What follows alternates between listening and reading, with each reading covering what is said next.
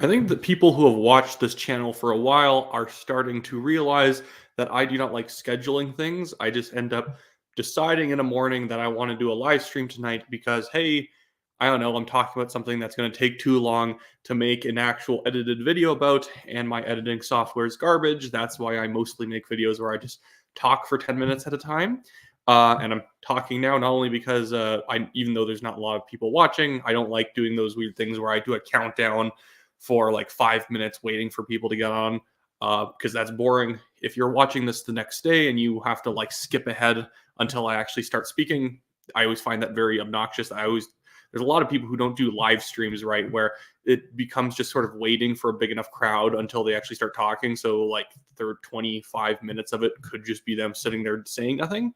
But today, I want to do a live stream specifically to talk about universal basic income and its proponents, as well as I want to potentially break down some embarrassing liberal content. There's this guy named JB Canadian Politics 101.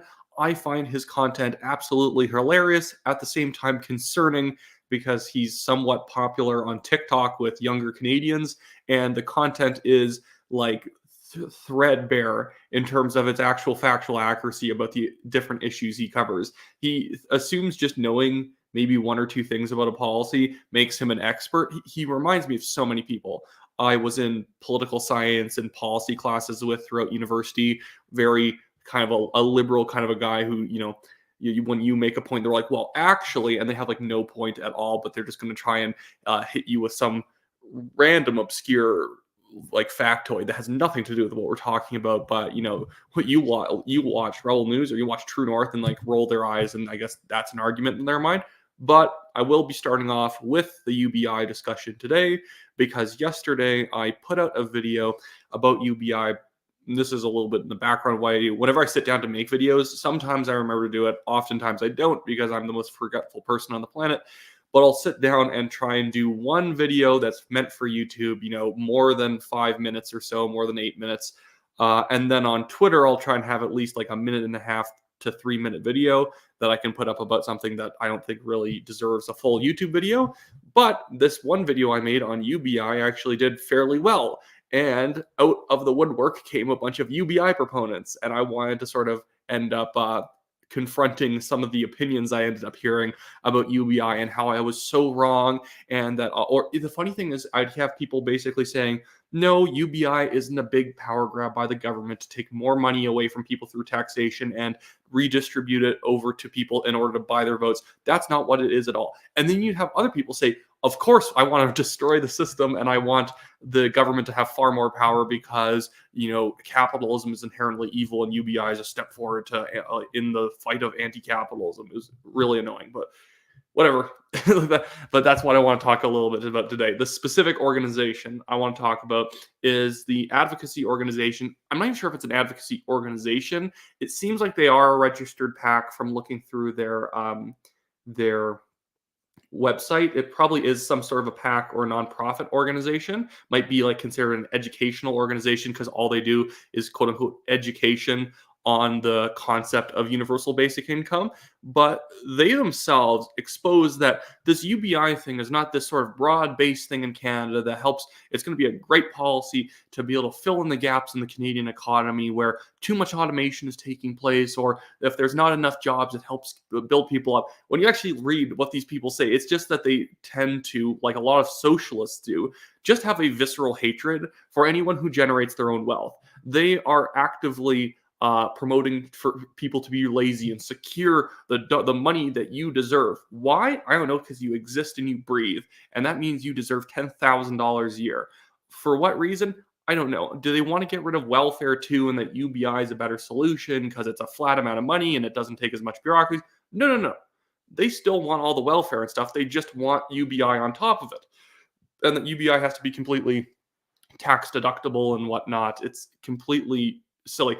And this is also goes into the idea of, and I guess basically the live stream has officially started. I'm not just delaying.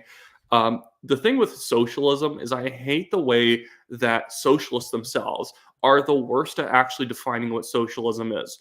Socialism is basically just a genre of economics. It's not a specific ideology. So every time you say something is a socialistic policy because requires a lot of government management of something, or it is a full-on government takeover of an industry, or that the government is, even if it's still privately run, on the face of it, that private businesses are delivering a service or whatever, obviously the government is leading what they do, setting quotas, telling them how much to make, how much to pay their employees, and it is effectively government run. But socialists pretend that unless it's basically Maoism or Soviet style communism, it's not socialism. Everything's capitalistic except whatever Stalin does. It's extremely obnoxious. Socialism just means that the public or the government operates the economy. And that could mean the entire economy, or it could mean a specific part of the economy. That's why we say in Canada we have socialized medicine, because the government is in charge of payouts, standards, how much can you bill for specific things, like wait times. They're the ones who manage all of it pretty much. Yes, there are private doctors, but they are effectively working in the government system. Not things, and you do get hyper libertarians and anarcho capitalists who are like, any regulation means the government's running it. No, that's just being silly, and effectively you're just helping the left by making the pro-capitalist argument sound ridiculous. That if you say that you have to wear seatbelts, that's socialism. Obviously not. But anything is socialist if it is government managed directly or government controlled through some other indirect device. This is why fascism, Nazism, Maoism, Soviet-style communism, the Khmer Rouge's style of communism, all the stuff is a socialist. It's a different version of socialism. So like fascists are trade unionists, which are trade union, like pro-union socialists. Oddly enough, the Nazis and the Soviets also both crushed trade unions as soon as they came to power, because they were so far left that they believed that even having more than one union in a country would be competition against the people. It's insane. But I'll kind of go into some of the stuff that I see from. I'll maybe share my screen quickly just so you can see the UBI Works X account. But I think these people almost themselves are a great argument for why UBI is not a good idea. A lot of their basically their ideas, a lot of their like advocacy on this issue is not based on the idea that it's somehow beneficial. It's usually based on the fact that it's like more fair or something like that. Yeah, and like they kind of go off this point of like inevitability, or this is what annoys me so much, that the UBI Works says Walmart is testing self-checkout only stores. Welcome to the age of technology. Should Canada prepare for basic income? What do you think? And what annoys me with this talking point, that there is so much automation in different industries these days. There's a lot of outsourcing going on. And you think to yourself, well, who was the one who ended up causing these companies to outsource jobs or automate the jobs? It was you guys who ended up demanding that there be constantly higher and higher minimum wages, to the point where you priced people out of the market, and you made it so costly for a company like McDonald's to deliver their food products at a cost-effective rate, when they're having to pay everyone $15 an hour, that they're like, well, let's just automate a bunch of it because it'll save us time and money in the long run. Same with outsourcing. If we didn't have dumb minimum wage laws, or we didn't keep trying to jack up the minimum wage, we wouldn't outsource jobs, because as much as they think like, oh, it's a greedy business outsourcing jobs, businesses are going to operate so that they don't lose money. And if your idea is that, and this is where a lot of these people are flat out socialists, that they get mad that businesses want to create like a significant profit, and that they don't just operate off of a 1% profit margin, and that they actually want to succeed into the future. So they're mad at them, and now they're demanding more money. What do you think is going to happen when you start taxing companies more, when you start taxing wealthy individuals more to pay for UBI? Do you think outsourcing will increase or decrease? I think, because I have a brain, that these companies will think the tax burden in Canada is too much. I'm just going to pull out, or we're only going to operate in the most lucrative areas of Canada, and we're basically going to gut everything that isn't in a major metropolitan area. And obviously, when you even look at the UBI Works people's little cover photo up here, it's young, probably quite wealthy urbanites in places like Toronto and Vancouver and Montreal, wanting basic income. because obviously they're not going to be the ones who bear the brunt of the burden for the fact that companies are going to divest from Canada. Because obviously, the last place you're probably going to leave is a Toronto, it's a Calgary, it's a Vancouver, it's a Montreal, because there's a lot of business to be had there. They're going to be divesting first from places like Tabor, from places like, Kitchener. There's going to be a lot of jobs lost in these areas if the government starts trying to absolutely gut these any businesses, any wealthy individuals we have in Canada in order to pay for something that people think that they deserve because they couldn't find a job after 5 minutes of looking. It's not that difficult to get a job. I worked at a job. I worked at minimum wage for 5 years straight. I didn't complain because it was a good, stable job. But all these people seem to think that anyone who opposes universal basic income must be like super wealthy, and that they just don't like it because they hate workers. And oftentimes, a lot of their rhetoric starts to get very like the proletariat versus the bourgeoisie, and they expose themselves quite quickly, despite the fact I think that organizations like UBI Works, even just the color palette they use, it very much is going for this like almost UCP, like BC United, moderate, centrist kind of a look. Not that like the UCP is a centrist party, they're obviously center right, but they're trying to go for this very centrist appearance to them. They have videos of Milton Friedman talking about a negative income tax, which is not the same as UBI. And again, Milton Friedman literally opposed his own plan for negative income taxes when they tried to implement it in like when they were proposing implementing it in the 70s under Richard Nixon's government in the US. He opposed it because they weren't also going to get rid of welfare programs. Milton Friedman's idea was that if you give everyone $10,000 a year income, if you earn nothing, you get $10,000 a year.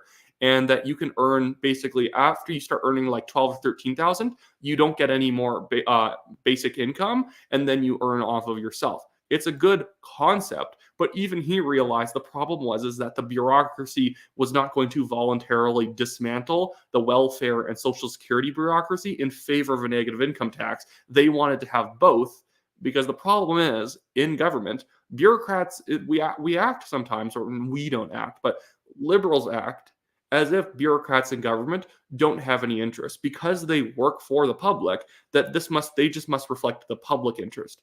Bureaucrats and government employees, as any sentient individual does, has their own interests. And obviously, when you grow government departments, you're able to justify a higher salary for yourself because, hey, I'm an executive or I'm an administrator in the government and I manage 1,200 employees now, not just 800. Obviously, I need a $50,000 increase in my salary, and I need to be able to hire another, 70. I need to hire like an extra few HR managers, and I want this new program, and I need these extra benefits. This happens all the time. That's kind of the issue, and that's how corruption, public sector kind of corruption starts, is that there's way too many incentives for these people to grow their departments in order so that they can justify higher salaries for themselves, which is insane because they'll basically take $2 billion of taxpayer money in order to justify giving themselves a marginally higher salary for services or products or any other thing that the government does that we don't really need. So many government programs, and I think you'll all agree, have effectively turned into people, middle class people hired by the government. When I say middle class, I just mean in the sense that they're making decent money. Middle class people just shoveling buckets of money into a burning barrel. So many programs you could not justify at all. The tampons and pads in men's bathrooms, is anyone out there thinking, well, if we cut that, think of all the middle class jobs we might lose of, for some reason, government workers who walk into men's bathrooms and just put down women's products. But we could lose jobs if we don't do that. Yeah, but maybe I'll end up cutting over to the UBI Works website because I think a lot of it is quite funny of just how almost blatant. Actually, no, I want to start off. This sounds odd. I want to start off with their link tree first because their link tree almost markets it towards people who are who appeal to. They're basically appealing to the lowest common denominator, even just in their link tree. And if you know what a link tree is, it's like where people, if you want more than one link in your bio and a lot of social media, platforms, you can't really link too much. It's like another website that just links everything that you're attached to. So look at here. They literally call it "Reserve Your Spot: The Basic Income Revolution," and like this is like email lists and whatnot that they're doing. CEOs for basic income, 150 business leaders have signed on to our letter. I'd love to see who has signed on for this. And I guess this is a different website, but this is borderline just another front group because it still hosts UBI Works things. I want to see who's actually signing this stuff. 360 Insight. Sorry, I want to see what these companies even are. Oh, wow. Do you know what 360 Insight is? It's a software company who doesn't actually have a lot of employees and has very low overhead costs. Wow, who could tell why they want to do it? There's some appliance manufacturers, I guess, and whatnot, but like a lot of these, as I'm going through it, are just a lot of them are like online type stuff that these people obviously don't have like a high cost burden, so they can obviously sign on to this pretty easily. Um, but yeah, what I want to get to is more like who pays for basic income in Canada? Probably not you. If there is anything more selfish than that sentence right there, that's pretty gross. Who pays for basic income in Canada? Oh, if you don't have to pay for it, who cares? You don't have to pay a dime. That means it's great. It means that it's a good. If you benefit, that's a common good. This is where I don't like the materialistic, or I think none of you would like it. The materialistic frame of mind of socialists is quite insane. That as long as you materially benefit to the detriment of someone who you think is bad because they have more money than you, that's actually a good thing. And whatever. It's quite sad that this is the type of thing that might appeal to people. Take action for basic income, things that you can do. UBI, why women and all of Canada need it now. Canadian Women of Chamber of Commerce. That's always just so weird. Whenever this happened, even today, I talk about it where like the Liberals are trying to do this like small business benefit program specifically for female entrepreneurs. That I don't understand why. Um, I don't understand. Like, I don't understand like how people don't see that's extremely sexist. That like women need help starting their small businesses. Men understand, but women don't. So they need extra help. And it's like if you're wondering why more women are probably struggling to get into business, it's probably because more women tend to make up newer entrepreneurs, where older businesses are probably run by men.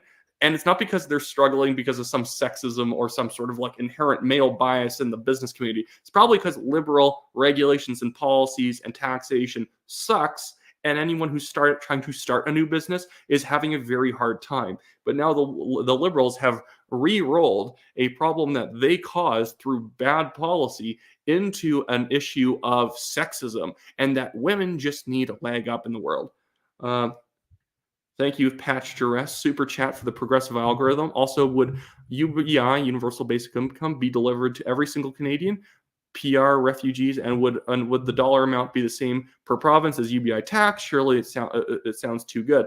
And that's the thing, is that I don't one that would be really funny if UBI was taxed. So really the benefits people are getting aren't even that good, and the inflation from UBI would be insane. Because if you just gave, this is the problem when it comes to education in the United States. Less of a problem in Canada because we do cap what you're allowed to charge people. I don't think it's good that we cap it. The US is out of control prices are also not because of capitalism or anything like that. It's because of insane government guaranteed loans to people going to college. That you can get a guaranteed loan from the government, or banks are supposed to guarantee you loans. So when every student has $200,000 they can just peel off to go to university, well, the universities can say, oh, okay, yeah, per semester it's like $35,000, $45,000, because they know the students have the money. So why not ask for it? And that's the thing with UBI. Is if everyone just has an extra $10,000 a year, whether they're working or not, any business worth their salt, because of the extra taxation to pay for all this UBI stuff, is obviously going to increase prices on every product, because they're going to have to get back the money that was taken from them somehow. They can't just start not profiting off of their business to pay for all this crap. But whatever. I want to get to the actual thing that they had on their website. I don't really care about this stupid CEO thing. Yeah, it's the who pays for it, probably not you section of their website. The you're allowed, it's actually good to be a selfish piece of garbage section of the website. Uh, I want to see. Sorry, I might try a different layout here for the stream. Does this look better? No, it does not. Or does it? I'm sorry. Nope. Nope. Huh. Might shift between those two. I'm sorry. I'm just looking around. So anyways, yeah. How to pay for basic income in Canada? Who pays? Probably not you. Last updated July 19th, 2022. If your money comes from a paycheck, you likely won't pay for it. We can fund basic income without taxing the vast majority of Canadians while encouraging income growth. No. That's already a lie. That's already a lie because you are taxing every Canadian if you're taxing wealthy Canadians or corporations. Because who pays these people's paychecks? And are they going to pay them more over time if they're already having to pay for their UBI as well? Are they going to have to cut staff because of all this? You actually could be deeply affected by someone taxing your employer. And again, it's this socialist mentality that it's like you versus your employer, and you should almost be rooting against your employer keeping any money that they have. That's in a certain sense, pretty evil perspective, in my opinion, to look at what someone else has. And again, in a capitalist system like Canada, outside of government subsidies going to random companies who produce nothing, which I have a problem with, obviously, but the vast majority of financial interactions in Canada or another capitalist democracy is all voluntary. I cannot take a dollar from you unless you provide, or I cannot take a dollar from you unless I provide you a product in some way, or I provide you labor or something like that. That's the nice thing. It's all completely voluntary and completely ethical. Another super chat for the progressive algorithm. Thank you, Patch Stress. You said it. On another topic for another live video, will there be importing Palestinians? Yeah, I definitely want to talk about that. For some reason, the liberals are all fired up to try and bring people from Gaza to Canada as refugees. Are there innocent people in Gaza? 120% there are innocent people in Gaza. Should we, just as a country that is 10,000 kilometers away or more, I don't exactly know what the distance is, but should we be importing people from Gaza to Canada, probably not with good background checks, in a situation where there are obviously a lot of Hamas terrorists because Israel is rightfully crushing them, they have a lot of incentives to try and find a boat out of Gaza to whatever locale they can find. In Canada, over time, has proven ourselves to be horrible at doing any background checks. There's a reason why for some reason, well, there isn't a reason why, but I mean, there's a reason why they would think Canada's a great place to go, because we brought back ISIS fighters from Syria and Iraq, and we just, said, go home free. Just come in every once in a while. Like it's an Alcoholics Anonymous meeting for ISIS fighters, ISIS Anonymous, that you get to show up and just tell everyone that you feel bad, that you beheaded a lot of people, and we'll let you go. We should just push them into the ocean if they came back and they fought for ISIS. But Justin Trudeau thinks that anyone who's an evil criminal or terrorist must have a heart of gold secretly. But if you're a law-abiding gun owner, you must be a deeply evil individual, and we need to disarm you before you overthrow the government. Why? I don't know, because somehow everything in Justin Trudeau's mind is oppressor versus oppressor, because a law-abiding gun owner is probably better off than a criminal because they're a criminal, which is why they don't have a job, which is why they're poor. Because that's the situation that exists. It must be that the rich gun owner is evil compared to this criminal who's mugging people in the streets, because obviously every single criminal who's robbing stores or murdering people is just Aladdin, and they're trying to steal bread for hungry kids. But whatever. That's just the sort of thing that you end up getting with this kind of cultural Marxist frame of mind.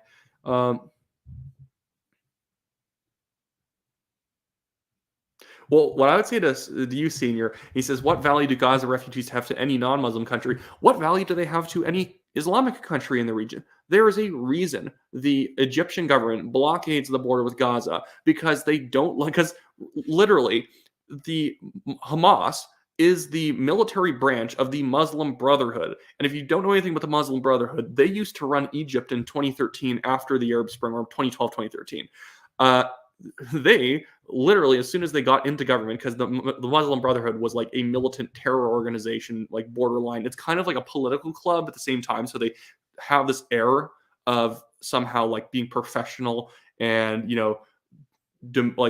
very regal. They seem like just sympathetic people who just want to make the world better. But there's a reason why they're the sort of organization who starts Hamas on the side. But in Egypt, when the Muslim Brotherhood came to power, they wouldn't have the police go around rounding up minorities they didn't like to kill them and throwing children off of buildings. They would just have Muslim Brotherhood thugs do that, and then it looks like the state's not doing anything. There's a reason why the military eventually took over in Egypt, and now Al-Sisi, I think it's Al-Sisi, but Sisi is now the president of Egypt, because the Muslim Brotherhood was so insane that they destroyed the economy. They were murdering people, and they then were also proposing that they should fund ISIS at the time. I think they just called it the Islamic Resistance in Syria or whatever at the time. They were literally going to fund ISIS in Egypt so that the military had to take over. So that's why they blockaded Egypt, because all those nutcases who ended up getting out of Egypt when the military was rightfully going around trying to hunt down all these psychopaths, they all went into Gaza to keep, to keep fighting their revolutionary struggle against everything good in the world. I'll get back to the UBI thing. I'm sorry about this. So we can fund basic income without taxing the vast majority of Canadians while encouraging economic growth. I already said that you can't tax anyone in Canada without taxing everyone. It is always going to affect the person you're taxing directly the most, but you cannot tax businesses without it having an effect on consumers or employees. Although there are many ways to fund basic income, we propose to pay for it with contributions from our financial sector, taxing businesses, fewer tax breaks for large companies, and fewer subsidies for the wealthiest. And I hate the way that they phrase this, and it's the way that the NDP talks about it, is that they act like tax breaks, or that removing sort of like subsidies and tax breaks. I don't like subsidies. A lot of subsidies in Canada also exist, because I guarantee the UBI people would give tax break exemptions or subsidy exemptions, that they're not going to remove subsidies from EV factories, because they're all left-wing people who are okay with EV companies getting money. But the reason why companies get tax breaks is because the government's already taxing them too much. Or do you think those tax breaks exist just for fun? Just as a little bit of a a little fun little kind of relationship thing that the government has with businesses, that for Christmas we got you a tax break because we love you so much. No, the Liberals and other governments have had to give up tax breaks because they were probably taxing businesses past the limit that they could handle it. So they had to invent some sort of tax break to keep the general corporate tax percentage in place, while making sure they didn't sink too many businesses with it at the same time. And they propose that this entire thing will not cost that much. Oh, it's going to be so cheap. So funding options that don't tax most Canadians with encouraging economic growth. So they think it's going to be $52 billion. I'm not sure what they say. Funding option. Yeah, I think they assume the $51 billion is what the universal income costs. And I think they might have thrown an extra billion on there for I guess administrative costs, or so that they can always have a little bit more in case they run out. But so contributions from the financial sector, an extra $15 billion taxed out of our financial sector. And I assume that would also mean greater taxes on capital gains for stocks, different speculation and whatnot, which if you do that, the Toronto Stock Exchange is not going to do very well soon after UBI is passed. Fewer tax breaks for large corporation companies, $19 billion. As I've said before, tax breaks exist for a reason, and it's usually because they're already being taxed too much. If you remove those, do not be surprised that those companies relocate so they don't have to pay any of this crap. Fewer subsidies for the wealthiest. Again, they would have to actually explain what those subsidies are, because or are they going to get rid of all the green subsidies? I guarantee they agree with the green subsidies. But this is just so undergraduate, is how I would describe it. And again, it's not going to cost $52 billion. It's going to cost more than that, because the infrastructure, all of that is going to cost more. And like Pat Jerez said in the highlighted comment, the super chat, I'm extremely happy he sent that. Oh, sorry, that was this one. But yeah, the UBI, especially if they start allowing people who are permanent residents, or just people who are non-resident immigrants here who are working, if they start letting them have any UBI, that is going to cause an even worse problem than we have for mass immigration. How many people do you think are going to jump the border or fly into Canada and claim residency here because we are just giving out $10,000 a year to people? Do you think rent is going to stay the same if you start giving everyone $10,000 a year? You think any of this is going to stay in place? But these people don't actually care. And the video I ended up making that a lot of people were super ticked about, that a lot of people are all mad about, was this video I made. I'm going to pull it up here. It was just asking the question to those who are big proponents of UBI, asking them exactly how much they think that the Canadian government should have in terms of spending power in the economy. Right now, I believe Canada's economy is somewhere like 35% or 32, 34. It's in that 30s range, mid 30s, maybe lower 30s. That percentage of the economy is made up, or of our GDP is made up of government spending. Ugh, I don't want to see myself on screen here. I already have a hard enough time looking at myself. But there's already, the government already spends about 32% of the money that goes through the economy every year, 34. Could be more. I don't know. Maybe local governments make it a little bit higher. What percentage of the economy should the government make up? And I'm asking this to the UBI people. And like I said at the beginning of the video, the two responses I would get were quite interesting. One were people who were completely could care less, and they're saying, well, who cares how much the government makes up? UBI is good for people, so it doesn't matter if the government starts making up the majority of the economy. And I think once you cross that 45, 50% threshold, you are becoming a very socialistic country. When 50% of the economy relies on the government spending money to do anything, that's becoming an economy where the government has more power than individual buyers. And then the other response I would get was people who were, in a certain sense, so bubble-headed, I would say. They thought that what the 52%, the 52 billion, 51 billion would cost in terms of our GDP, it would be about 5% of the GDP. Again, I think it would probably be higher than that. That is an estimate made up by an advocacy organization who is going to paint UBI in the most flowery of language and with the most rose-colored glasses on. I guarantee it would probably be more like 64 billion to start off with, based on all the new employees who would have to manage it, all of the extra expenses that it would take to like manage who gets what, the distribution of it. And again, I think that they'll actually probably have extra UBI benefits depending on who you are. But let's just say it only costs 51 billion. Even at that, which I don't think that takes into account the growth in bureaucracy, it would be 5% of the entire GDP of the country would go towards this singular program of $10,000 a year. Maybe it's tax deductible, maybe it's not. So then you'd also have a lot more tax work for people having to figure out how much their income or taxes are with the UBI. So 5%, and they thought that that was nothing. So we're at 35, 34% of the economy right now is government spending.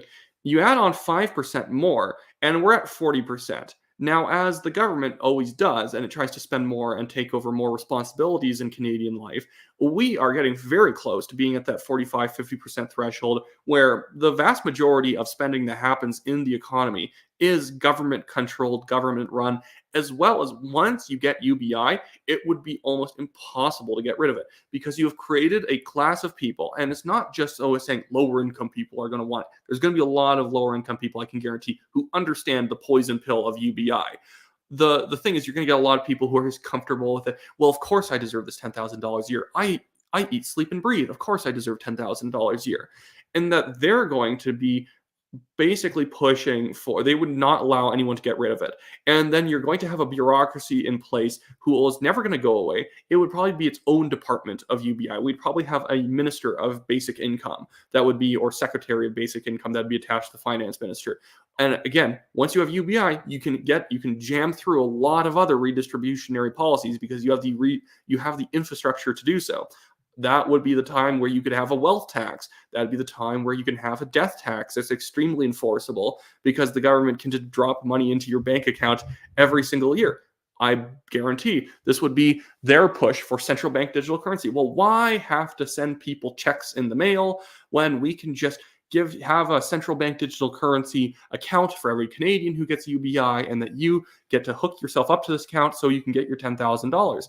And so if you want your money, then you have to give the government far more control and oversight over your accounts and what you spend, and then they can get to the point. And I'm not trying to be conspiratorial. Maybe they don't do this at all. Maybe it never happens. Maybe it happens the first year they do it, they immediately try and roll it a CBDC. At the same time, my thing, and this would probably be Daniel Boardman as well, is that you don't give the government tools that any person with a lukewarm IQ could think of so many ways of exploiting it. That's just not, you don't do that with the government. You wouldn't do that with your neighbor, so you don't do that with the government. You don't exactly pass your house keys around to random people on the street that you don't know. You wouldn't give your bank account login information to random people in the government, but that's what a CBDC would effectively do. Live laugh. Yeah, you are what Alberta needs. Thank you, Live. I hope you win Signal Hill, right? Yes, I am running for the Calgary Signal Hill Conservative Party nomination. I guarantee at least one of you lives in the riding here. So if you do, make sure you have your membership. It's a crazy race. I'm not even kidding. And maybe this is a bit of a tangent I can follow for a second. I'm being labeled as the fringe guy in the race. And it's because I'm in favor of parental rights. The problem you have with strong conservative ridings is that sometimes you have the actual real conservatives in the riding get complacent, thinking it's a strong riding. Why sit on the boards? Why engage too much with the party? Because we're going to win this riding every single time. Mind your mount. I look 12. Yes, I do look 12. I am 24, so you at least got half of my age, right? But the problem we end up with getting with these strong ridings is you get a lot of people who get on the boards who are not conservative, but what I say is they have HOA kind of personalities, housing boards and whatnot. They like being on boards. So you get a lot of people who don't actually have they don't really have any conservative principles, but they end up sitting on these conservative organizations because if the Liberals had a better chance, or the NDP or the Greens had a better chance of winning the riding, they would probably have gotten onto the Green Party EDA or the Liberal EDA. They just like being in administrative positions. It's a personality some people have. And these people end up having very liberal opinions about things because they don't have any particular principles. They watch a lot of CTV news. And so anything that's controversial, they don't like because they have managerial corporate personalities and they don't like anything that rustles anyone's feathers. So they will get mad at you for taking any strong positions on anything. And that is why I am considered far right in the race, because I think parents should be raising their kids, not random teachers at their school. That's what makes me somehow a bad person. Mind your mount. I don't know why you're even asking me this. Anyways, the old man sweater does help. Sorry, I'm trying to find old comments. But that's the sad thing about UBI, and I'm not going to try and go on this for too long, is that I think that, and someone sort of alluded this in chat, I think UBI over time is kind of the sad arc of a lot of Western civilization, of people giving up freedom, giving up the chance to do it themselves, start your own business, or work as an employee and climb up the ladder, or find some creative thing you can do in order to make your way in the world. And that there's a lot more people who are wanting just the warm bath solution. They don't want to do too much. They just want a warm bath to sit in that's nice and comfortable. And that's really it. I don't know really why you care so much. Yeah, I do live with my mom because have you seen the housing market right now? It's not exactly fantastic out there. I'm not going to, especially because I'm being sued. I could easily go and move into my own place. But when you've lost $25,000 from a Chinese billionaire suing you and then another person suing you that costs $5,000, you tend to not actually be able to afford an apartment on your own. So I'm not sure what you're going to, the braces give it away. I don't have braces. Whatever. I do like you here, Mind. It's good questions. But so yeah, like the thing with UBI is that it's just it's too tempting for a lot of people that you can just get $10,000 a month. It's like SERP, and I keep hearing this from people. UBI won't make anyone quit their job. We've studied it. And I hate people when they come at you and you're like, what, like, oh, that's like, oh, I have a study here that tells you why this like UBI is fantastic and no one would quit their job. I swear to you, I was in a master's level class. And again, that's also another reason to mind your mount. Why I can't exactly own my own house right now. I had to pay about $30,000 to get my master's degree in public policy. But I literally had in my graduate class a professor almost get mad at me. It seemed like they're mad at me. I was asking a genuine question. They got mad at me for implying that welfare programs might need to be tinkered with to make sure you don't incentivize people to stay off of work, or you don't incentivize people to not get jobs. She got like ticked at me and said, there's no evidence that people who are on welfare do not want to work, because we survey them and they say they want to work. I guarantee a lot of people on welfare do want jobs again, but we all know there are individuals in our own lives we can name who just sit around on welfare and never actually get jobs. They just think that's like, we would think that would be a bad lifestyle, but they're good enough with it. Anyways, I'm getting the feeling that Mind Your Mount, some sort of PPC guy. I wonder when he's going to tell me that I'm a bad person for not liking Jeremy McKenzie. But yeah, and that's the thing with UBI. I had a guy the other day say, there's no evidence that UBI would make people quit their jobs. I'm like, obviously UBI wouldn't make you quit your job. It's only $10,000 a year. At the same time, there will be, and you can't be shocked by it, people who are wage workers or people who will cut themselves back to working part-time, only 25 hours a week. And this is where UBI is obviously, I think, a branch of the anti-work movement. There will be a group of people who just cut back hours and they don't work. They don't work as much because, hey, I can, work part-time, make $20,000 in a year, and then I can get another $10,000. I'm comfortable enough. And while we might sit around here thinking that, well, that wouldn't be a great lifestyle to live, you can barely save any money after you pay for your apartment's rent and whatnot, people will do that.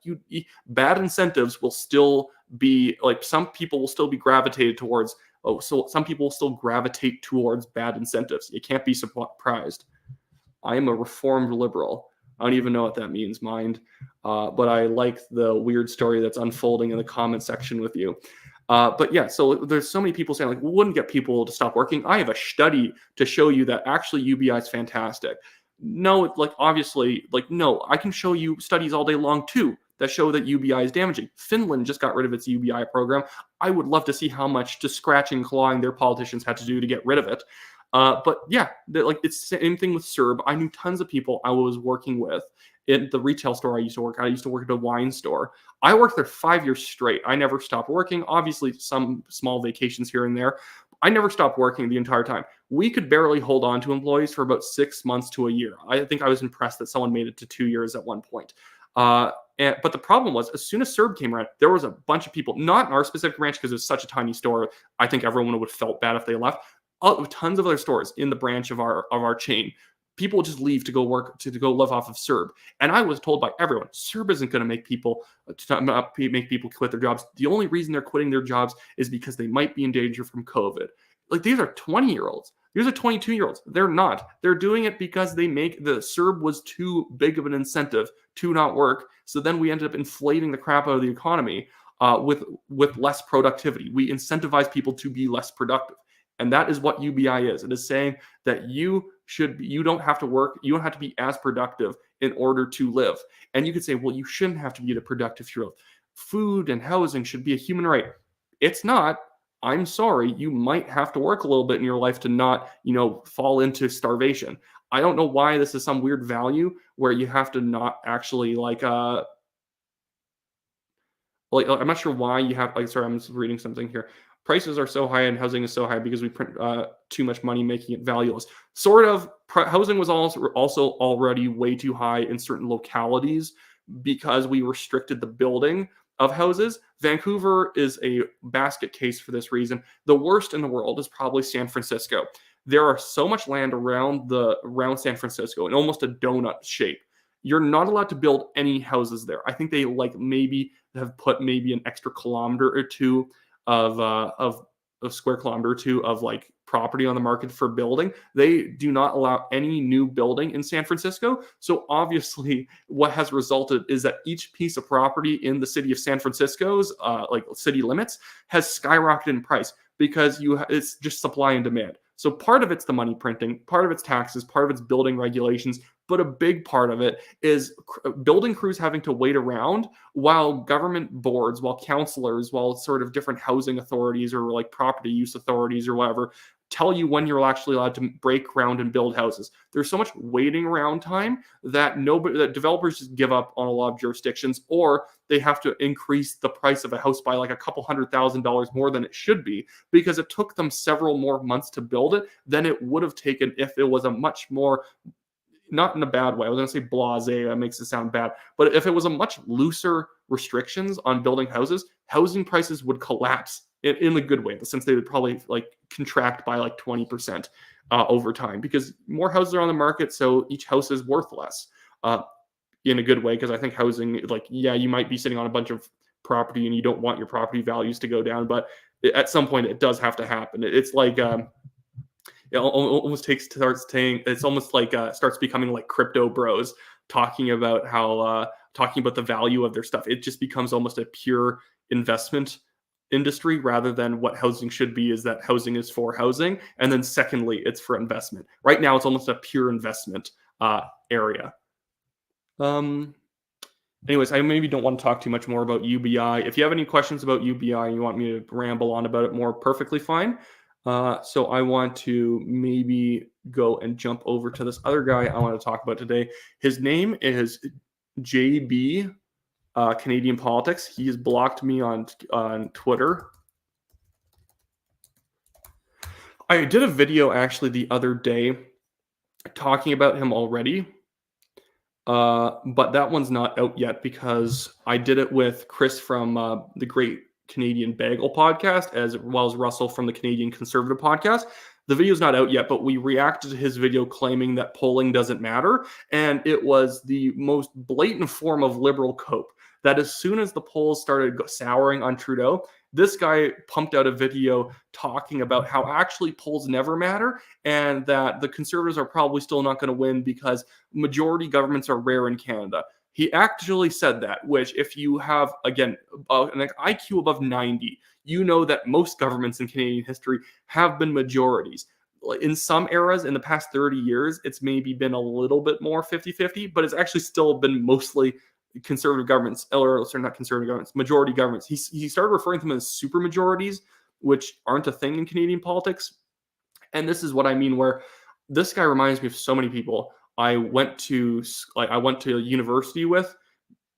Very liberal guys, bit of a know-it-all personality, but it felt like they got all of their politics from listening to Jon Stewart and John Oliver.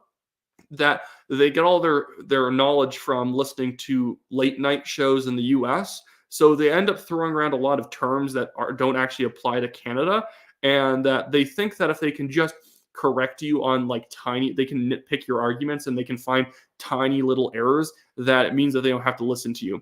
But I really dislike John Oliver too. John Oliver has made a couple good episodes of a show, but that was like 8 years ago. These days he's just insufferable. I want to just quickly, I want to quickly jump over to his YouTube channel. I just want to read you the titles of these videos. One of his most recent ones is just very embarrassing. So this one is, Kwanzaa isn't real, according to conservatives on Twitter. This is an actual video this man made. I did not wrestle him down. He actually made this video. That Kwanzaa isn't real, according to conservatives on Twitter. Kwanzaa isn't a real holiday. It's a holiday, I'm not even kidding, made by a black nationalist communist. It is a holiday meant for African American communists. That is a fake holiday. It was invented to just spite Christmas by being around the Christmas holiday. It's completely absurd. But a lot of his content is just like trying to prove that the conservatives are lying to you, or that, the conservatives say this, but it's actually this other thing. Whether he actually knows a thing or two about the subject matter or not, he'll just kind of, I don't know, he just has this idea that conservatives must be somehow wrong about everything. So, I'm losing my thought pattern here, but the conservatives must be wrong. He starts with the conclusion that the conservatives are wrong. And so he'll go into a subject matter trying to prove it without the actual without being equipped with any facts to actually prove his case.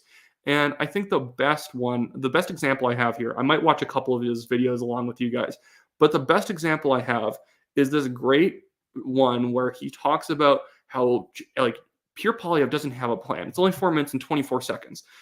The scary thing about this guy is he only has 176 subscribers. But if you actually go to his TikTok, his TikTok following is quite remarkable. I'll just quickly look at it here. I'll just tell you what he has.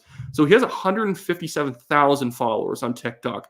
3.1 million people have liked his content, and a lot of his stuff is just counterfactual. He made a whole video on how everyone's freaking out about C11. And like I said before, every video he makes, it's from the perspective that the conservatives are somehow wrong and that everyone who disagrees with him is a conservative.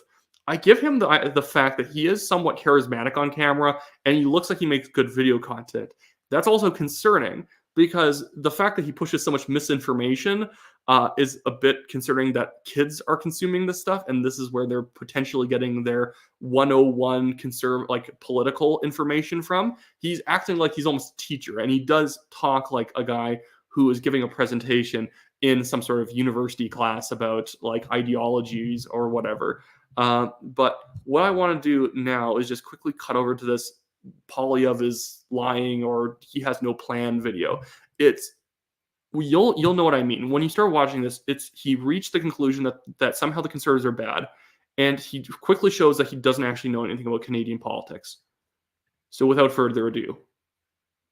The Conservative Party of Canada doesn't have a plan. Now, I know that's a little bit of a broad thing to say because you can sit here and look at what Pierre Poilievre is doing and touring across the country with this Axe the Tax campaign that he's doing, and you think, wow, he's got a plan. Or you might think he actually has a plan for Canada, which on paper, it might... Does this guy think, and this is where I immediately think that he must not actually watch any rally videos with Pierre Poilievre. He must not actually watch any content involving Pierre Poilievre. The man does actually have a plan. And I'm not just saying this because I'm running for a Conservative Party nomination. And while I have to say the leader's doing a good job, when you go to his rallies, it is, here's something that the Liberals aren't doing, and here's why I wouldn't do it, or here's what I would replace it with, here's what I would repeal. And you can't just say, well, that's not a plan. He's just saying things that he's against. One, he does say things he's in favor of. Also, with the amount of problems Canada has, I'm sorry to tell this guy, a lot of the problems do involve stopping the government from doing things that they shouldn't be doing. That's just blatantly true, that most of the problems Canada has is not because we're not doing enough, it's because we're doing too much. Cutting the carbon tax, cutting income taxes, cutting wasteful spending, and doing a lot of other stuff to gird up Canadians' freedoms is indeed a plan. But sorry, I won't step on his toes too much here. He's got a plan, or you might think he actually has a plan for Canada, which on paper, it might look that way, but looks can be deceiving. One of the ways we can determine what a party's plan is by looking at their policy documents. Now, every party has policy documents out. They're very long and very detailed plans about how they are... He's quickly going to prove to you he has not read any of them. ...are going to execute what they want if they were elected or if they are the government. When we take a look at the current Liberal government's plan after they won re-election in 2021, we can see that there's almost 100 pages long of content that's 2 columns wide and 12-point font. There is a lot to go through here. There is a lot of detail, and there is, clearly a plan that the Liberals have. Now, whether or not you agree with the Liberal Party... I find that just absurd that he just scrolls through a long document, the Liberal Party's 2021 platform, and just says, this is proof that they had a plan. And I'm not denying that Liberals don't have a plan, but he will quickly contradict himself by pretending that in the 2021 election, the Conservatives must have not had a plan, or that Conservatives are like anti having plans. But the naivete of a man who just looks that, hey, look, the Liberals have a platform right here. That means that they have a plan that they were going to execute. Do you think that if we scrolled through, and I can guarantee this, if we scroll through the 2021 Liberal, the Liberal platform, do you think that there are a lot of things that the Liberals have not done anything about yet? I can guarantee it. That's the thing I actually don't like about a lot of party platforms. They're like 50 pages of things they're mostly not going to do. Justin Trudeau has not done many of the things in his platform. Even the NDP has kind of proven this, that between elections, and I obviously think that the NDP are absurd as well as the Liberals, but the NDP pointed out that they actually kept removing, since 2015, they removed universal dental as a aspect of their platform, and they kind of had to be wrangled into it after the 2021 election. The Liberals probably want it anyways. They probably just didn't think that they could get away with it in the 21 election. It might have been still in the 21 platform, but there was between elections, they do a lot of tinkering with their platforms. So you would wonder, wait, did 2019's platform mean nothing since it isn't exactly like the 2021 platform. That's the problem with platforms, is that it's just a momentary, very vague promise that they're going to do stuff. I even have a problem with the way Danielle Smith ran the 2023 Alberta provincial campaign, because she promised income tax cuts, and right now it feels like the government's trying to delay doing the cuts. I guess you could say that as long as she does it in the next 4 years, it's a promise made, promise kept. But I think that the promise was kind of implied that it was going to be somewhat immediate that they were going to cut taxes. But I guess but according to JB over at Canada Politics 101, the Liberals have plans, but Pure Polyev doesn't, if you're just tuning in now. There is a lot to go through here. There is a lot of detail, and there is, clearly a plan. I hate the idea that detail means something is planful and sophisticated. It's really not. Honestly, I find the more detail you put into a policy playbook, the more you're often trying to hide from normal voters, because are they really going to read the 50-page plan? Are they going to hold you at every single bullet point of it? No. And oftentimes when a platform's that bloated, a lot of the promises start to contradict or neutralize each other. That two pieces of spending obviously are not going to be passed in the same budget, so one's going to win out over the other. But this guy's like 100% anti-skeptical against anything the Liberals say, but completely skeptical whenever a conservative says the same sort of thing. Through here, there is a lot of detail, and there is, clearly a plan that the Liberals have. Now, whether or not you agree with the Liberal Party's plan is not what we're talking about here. But by comparison, we need to look at the Conservative Party's plan and break it down, because Pierre Poilievre stands up all the time and says he's going to do all these things. But how is he actually going to implement that? Sorry, but him standing up and saying he's going to do all these things, doesn't that imply he has a plan? Or isn't that a plan? Because he's saying he's going to do something, which is a plan. Or does it have to be in black and white, black and white on a piece of paper? It doesn't count. So when we finally find the Conservative Party plan on their website, which was deep inside their website, we find it, and it's called the Conservative Party of Canada's Policy Declaration. This is not actually the Conservative Party's platform. Here, this man, with no shock, is getting something deeply wrong. The Conservative Party Policy Declaration is something that every party has. It is every single thing that the party, unless it's been repealed, has passed at past AGMs. This is what the members voted on, and so it was added to the policy declaration. And he's about to go into how it's vague and there's no plan here because it's just a bunch of vague aspirational type goals. I'm like, yes, that's the point of the policy declaration. It's general goals that the party members want to reach that then influences the next election's party platform. But I guess he's going to use this as a gotcha when I could go find the Liberal Party's policy declaration. And you know why it's hard to find? It's not because they're hiding it from you, JB. It's because it's a very boring, esoteric document that doesn't mean anything to anyone who's not a party insider. Most people do not read the party policy declaration because it doesn't mean anything to them until the party's platform is out. It's a weird thing to think that implies anything, that it was hard to find the policy declaration. I've had to read the policy declaration as a candidate for my nomination so I could attest to what I agree with, what I do not agree with in the party platform. Obviously, being conservative, there's pretty much nothing I would disagree with overall, because most of the time the policy declaration is meant to not be disagreeable to anyone who's a general conservative. It's never you have to be a red Tory or you have to be super blue Tory in the party. It's very vague aspirational stuff. Anyways, sorry, that's just so absurd that he thinks that this is a point. Website, we find it, and it's called the Conservative Party of Canada's Policy Declaration, kind of implying that they never had policies before, but I digress. This has always existed. What do you mean that they implied that they didn't have policies before? This document exists in every party, and it is amended and reposted after every AGM. And when we scroll through this plan, as you're seeing on the screen, there is a table of contents that has what everything that they're talking about, and you would think here that there is a lot to go over, such as mental health, maternity health, social policies, student loans. You would think, wow, this is really detailed. But when you actually go down, No, you wouldn't think that if you actually knew what a policy declaration is. You would think that these are going to be bullet pointed aspirational goals that the conservative members voted on, just as liberal and NDP members also vote on aspirational, vague goals that then the party itself can detail into platform points for the next election. They can also ignore certain things if they don't want to run on it. Just how party politics works. But I guess that's a conspiracy in this guy's mind.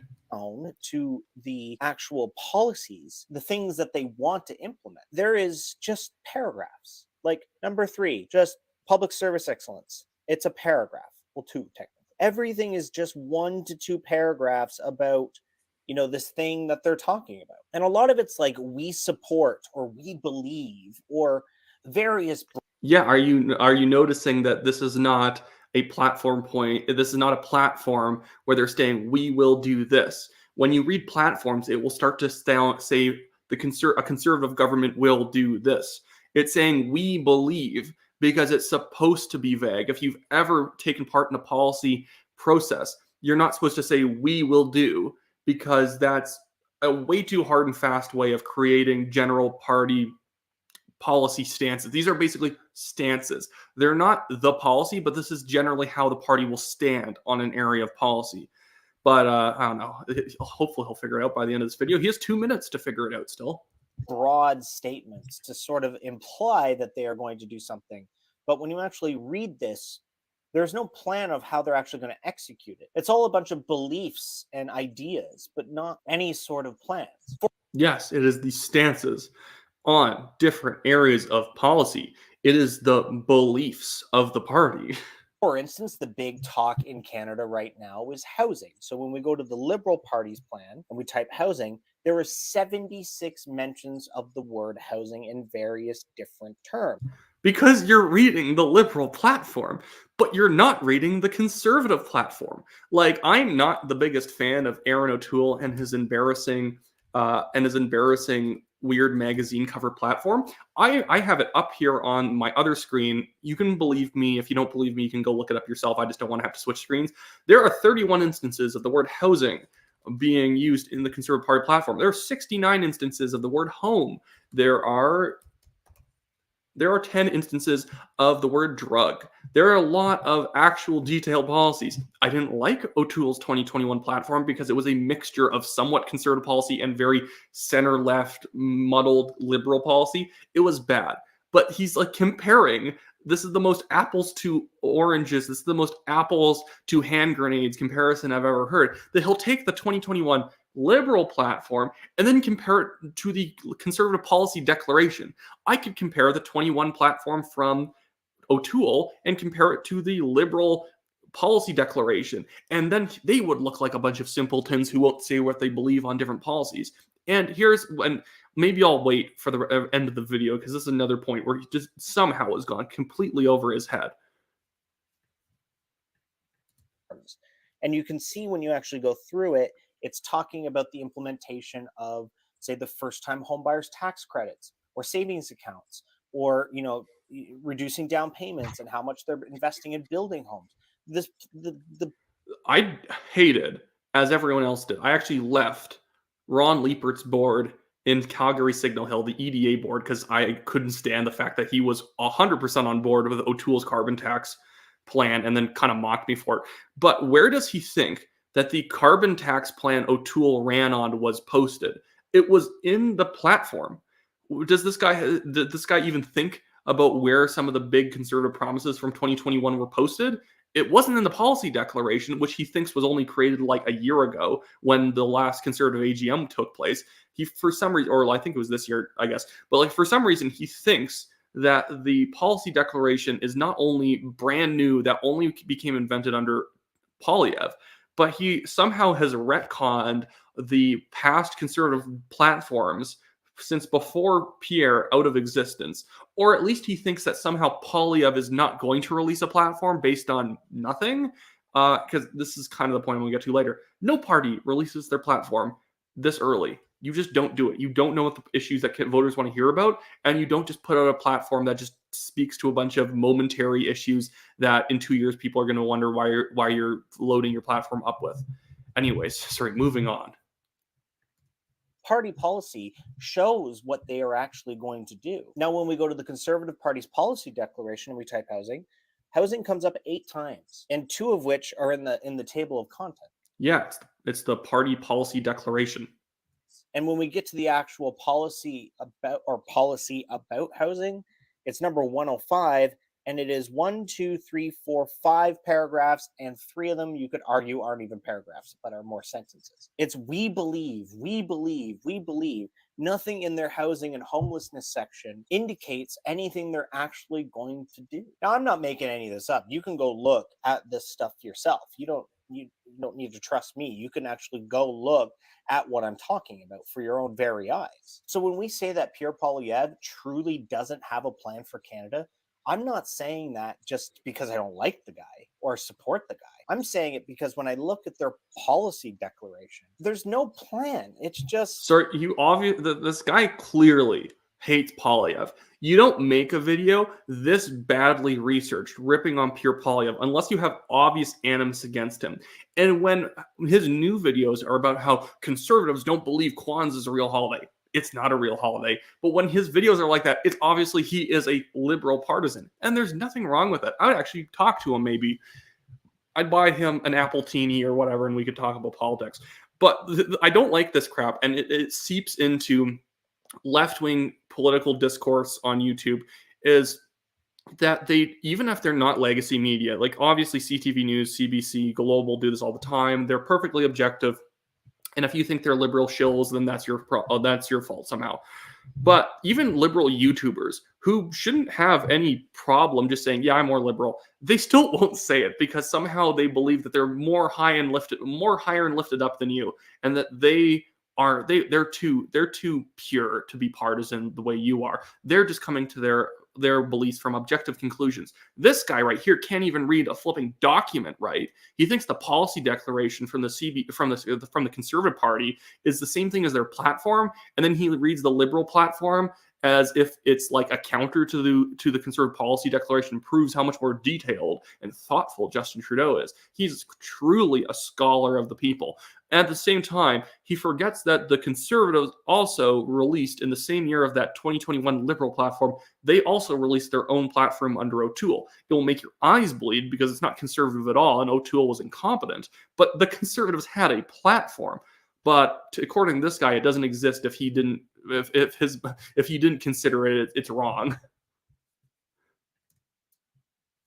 So I want to go back a little bit there. That just because I don't like the guy or support the guy. I'm saying it because when I look at their policy declaration, there's no plan. It's just thoughts. We think this is going to be it, not we are actually going to do this if you were to vote for us. So as we go to vote in about a year and a half, this is something that you need to look at, because these candidates can stand up here and say all these pretty things with all the right buzzwords, but when you actually break down the thing they are going to use to execute the plan once they are elected, the Conservatives don't even have it written out. They just have a lot of beliefs and thoughts. And it goes back to the old adage, you can polish a turd all you want. Doesn't mean it's not a turd. Man, honestly, never, if you're ever going onto YouTube and trying to make videos, I'm not perfect, obviously. You've just watched this live stream and I stumble all the time while I talk and I lose my train of thought. But I hate this way that a lot of YouTubers do this soft, I'm never going to do a Minecraft stream. Sorry, BL, to disappoint you. Sorry that I saw that out of the corner of my eye. Also, sorry, quick before I move on to my thing, Cryptomaria. Don't shame me by trying to apply the CBC. I do not shame you, because I'd actually like Conservatives to secretly infiltrate the CBC until we defund it. Because you got to get into the CBC to get your taxpayer money back. At least I know the money's going to a Conservative. So I endorse any Conservative here applying to the CBC if you happen to be able to, you can swing it somehow. But anyways, this guy, I hate the way people talk like this in political videos or just anything. Just soft-spoken. And the Conservatives say they have a plan, but when you actually go online, you can't find anything. I had to dig a lot to find this, and it's just full of beliefs. But you don't have to like the liberals, but they put all their stuff out in bullet points and in margins, and you don't have to agree with the plan, but they definitely have a plan. Like the guy, it's like I hate this style of guy who's talking down to you. Well, he also just has no clue what he's talking about. And I keep saying this. He reminds me of so many people I went to university with, people who are going to come up to you and say, well, have you seen the conservative plan? It's just a bunch of beliefs on their policy declaration. And you're like, you realize the policy declaration is not the platform. And they're like, well, where's the platform? I haven't seen the platform. And they don't know anything. They just simply have two misremembered non-facts, and they come at you pretending as if somehow they know a little bit more than you because they've already decided they're right. So this guy, and this is all of his videos. I'll keep playing some more of these things. This is all of his videos. It's half remembered crap, masquerading as if he's intellectual. He has this weird series where he's like emailing every single MP to get them to like agree to change the voting system. Not to disappoint this guy, but the liberals themselves do not want to change the voting system despite promising to. Where's he at? Where's he freaking out that the liberals didn't actually live up to their platform in 2015? He said, well, you can disagree with them, but they say what they believe and they say what they're going to execute in government. They didn't execute that because it was a lie. It's almost like a lot of political platforms are kind of nonsense. Unless the politician themselves have actually proven that that's something they deeply believe in. If the party adds a platform point in the last like few weeks before the election, be very wary that they probably don't believe it. I want to find this Kwanzaa isn't real. I want to do the Kwanzaa isn't real video. I think it's just fun. And again, he has a good style. I could see this guy actually getting popular just based on his setup being very clean. Honestly, from being on YouTube, half of the battle is finding a good place in your home that looks somewhat decent to film in. Because there's so many YouTubers who are conservatives who they're in like a black room and it's like a messy area and they're trying to do like political news. And it's just like, I feel grimy watching their videos. The people I even sometimes watch, and I want to come into their home and vacuum because it's the cluttered space makes it hard for me to focus on what they're saying and doing. So this guy probably could succeed because he has the nice lighting, he has the nice tone of voice, he's very well paced out, better paced than I am. I'm actually fairly jumpy when I speak, but at the same time, like it's baffling to me someone who could be so confident saying things it's a day it's just not true. You can't really explain it any better than that. He just says things that aren't true because he just simply believes that the conservatives are somehow wrong. So he possesses in his mind the correct information. So he's going to get out there and clear people of all these misnomers. At the same time, he just doesn't know basic facts.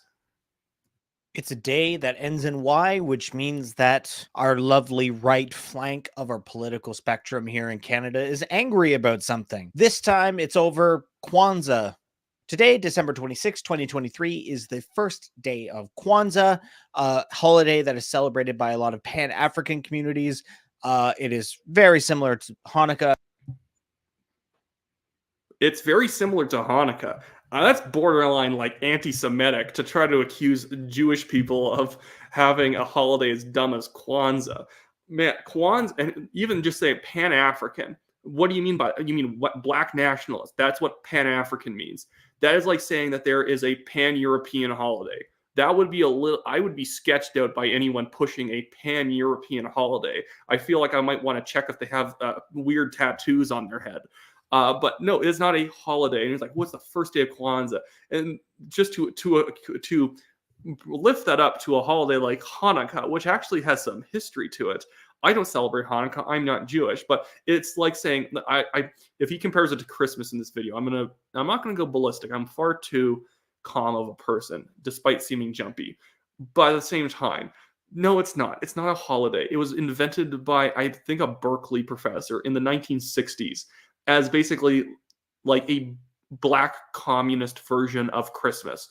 It's like you sit around eating collective bowls of corn in some sort of like symbolic coming together of people in a collective or whatever. It's very embarrassing. and Christmas, where African communities, it is very similar to Hanukkah and Christmas, where you get together, eat a bunch of food, you have a big Never feast. mind. He did try and compare it to Christmas. It's not Christmas. There's nothing about it that is Christmas. It is literally invented to spite other Judeo-Christian holidays in the month of December. It is supposed to mock them by putting a communist holiday that they try and make city halls and different governments around the North America. They try and pretend to take they try and pressure people into taking it seriously when it is a purely political maneuver to try and make them take this fake holiday seriously. Feast and celebrate with family, and it's the holiday season. It's a part of what we know as the holiday season. It's Kwanzaa, it's Hanukkah, it's Christmas, it's all of them. It's all together. So, like any good leader does, our Prime Minister, Justin Trudeau, went on Twitter and said, And he prostrated himself in front of the communists because their holidays are deeply important for some reason. What did I want to see? I want to read what Justin Trudeau says. For the screens I'm reading off of are actually a bit smaller, so sometimes I have to click between tabs just so I can read stuff better. He said, to everyone observing Kwanzaa over the next 7 days, embracing its principles and celebrating Black communities and culture, have a joyous Kwanzaa. Black communities and imagine if you just swap black in for white, and I think we realize that this is a bit of a strange holiday that maybe we shouldn't be embracing at a federal level. Its principles are also known as socialism. So it's a political holiday. It's not religious in any way. It's not because people have a deep, warm feeling for it because it really speaks to their community as a people. No. It's literally speaking to a radical left-wing political culture and a skin color. That's a bit of a scary holiday concept that you would be having anybody in your country supporting a holiday because of their race. That's odd to me. To everybody observing Kwanzaa over the next 7 days, embracing it. Oh, he read it for me, so I'm just going to skip ahead 5 seconds. Harmless tweet. Like, this is just, showing that Canada is an inclusive place, and we do have a lot of people in Canada that actually celebrate Kwanzaa. But sure enough, if you go to the replies of that tweet, it's exactly what you expect. I hope it is. I hope people made fun of Justin Trudeau mercilessly for celebrating one of the dumbest holidays that was ever invented. Now, this kind of happens every time Trudeau tweets anything, if it's good or bad or whatever. What does he define as good? I would love to know what he defines as good. And wouldn't he want to maybe be a little bit more introspective and realize that when your leader is being mobbed every single day on X or Facebook, despite what they say, maybe it's because they have deep personal flaws that they should work on.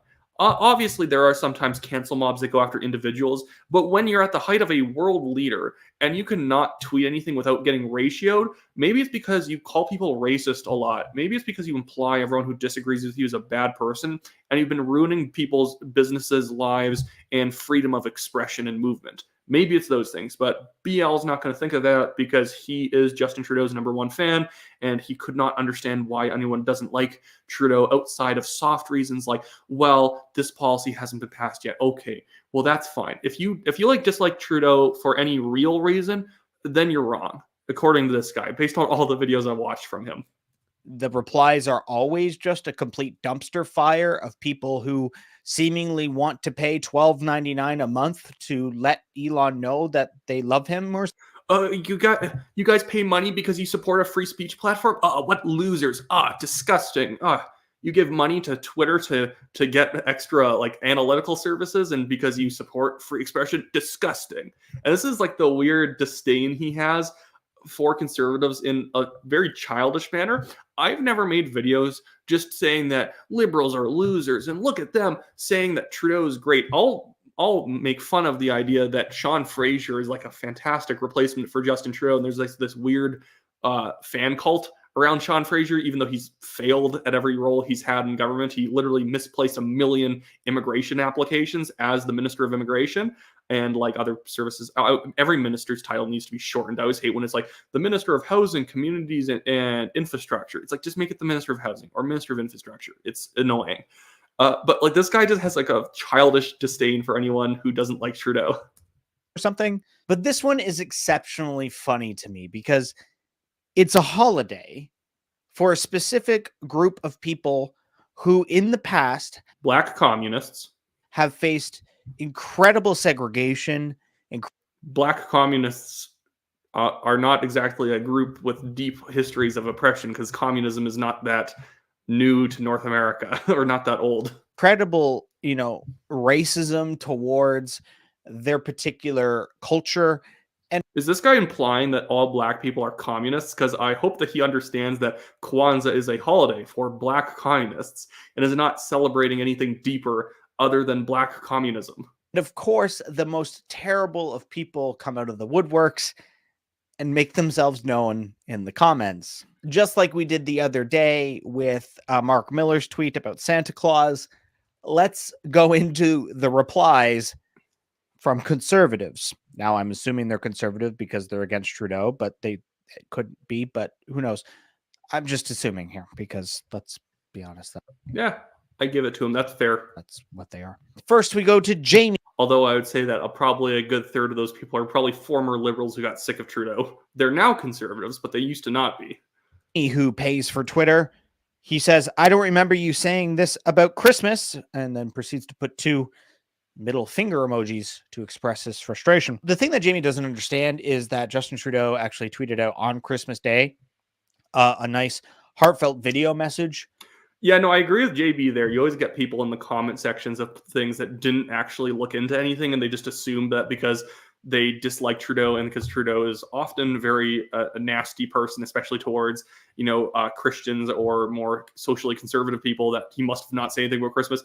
It would be electoral suicide not to say something about Christmas in Canada, because it would just make you seem like the most petty person ever. It's not like not recognizing a religious holiday that you just don't really believe in. It's like, basically Christmas is the most secularized religious holiday you could find. Secular atheistic people celebrate Christmas, so you would look silly not to celebrate Christmas. I agree with him, though. You do get a lot of people who just don't understand what they're talking about in the comments, but I hope that this whole video doesn't just become random nameless people on Twitter that he's making a 9-minute video trying to dunk on. It's a little sad from that perspective.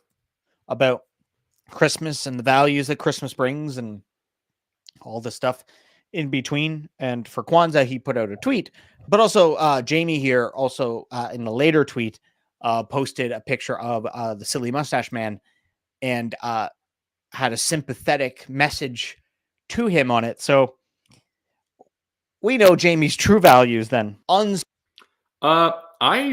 going to assume that he's lying about that, because that sounds almost too good to be true. I'm going to look up Liberty Jameson. I guarantee that it was a joke, or he is taking something wildly out of context to pretend that this man is a neo-Nazi. If he is, I will give it to him there, but I don't know why he's not showing the tweet if it was so damning of this man. Liberty Jameson. I do want to do another stream someday with Daniel Boardman going over this guy's videos, and it will make it way easier for me to look up information like this. So let us find the replies that he has made to Mr. Justin Trudeau and see if this Hitler thing is true.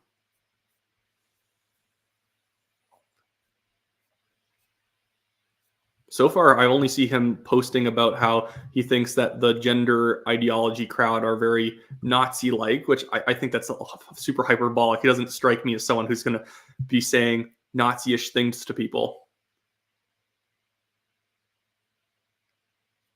Oh, see, this is what he thinks is a pro-Nazi video, like a pro-Nazi post by this guy. And again, I don't know anything about this Jamie guy, but this doesn't strike me as someone who is like a hardcore neo-Nazi. It's a joke post that JB just decided to lie about in order to bolster his idea that somehow conservatives are Nazis or somehow conservatives are far right or whatever. It's this.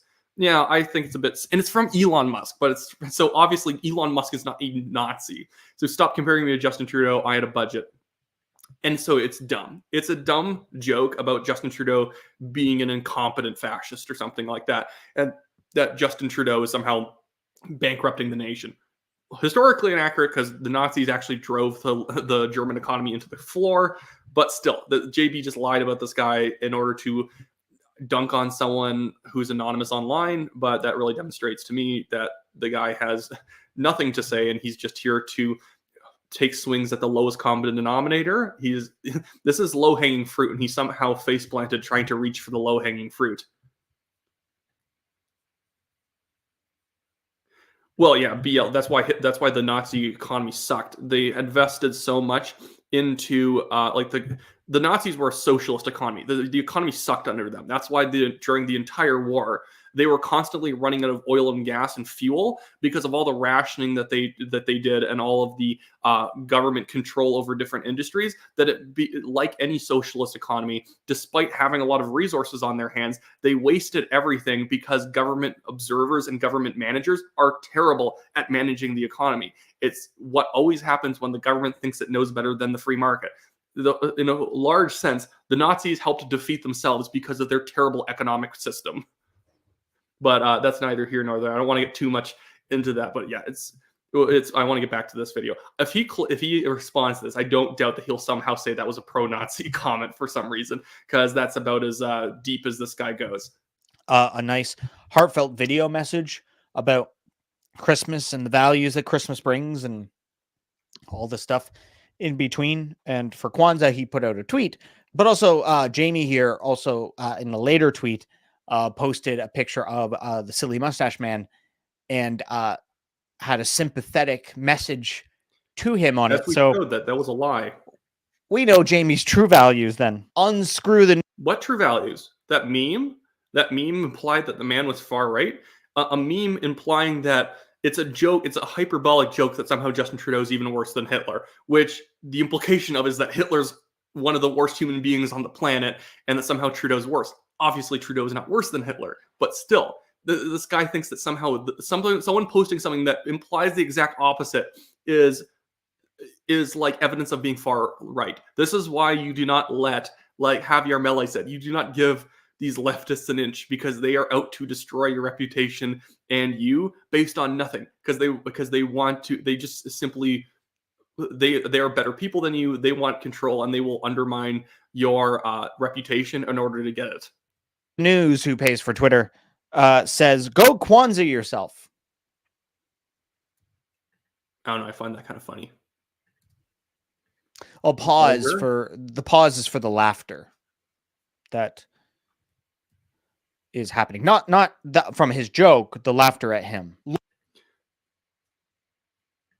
That was just such a muddled joke on his part. So the silence was to imply that it wasn't funny. No one posting, nothing in text is ever going to be laugh out loud funny.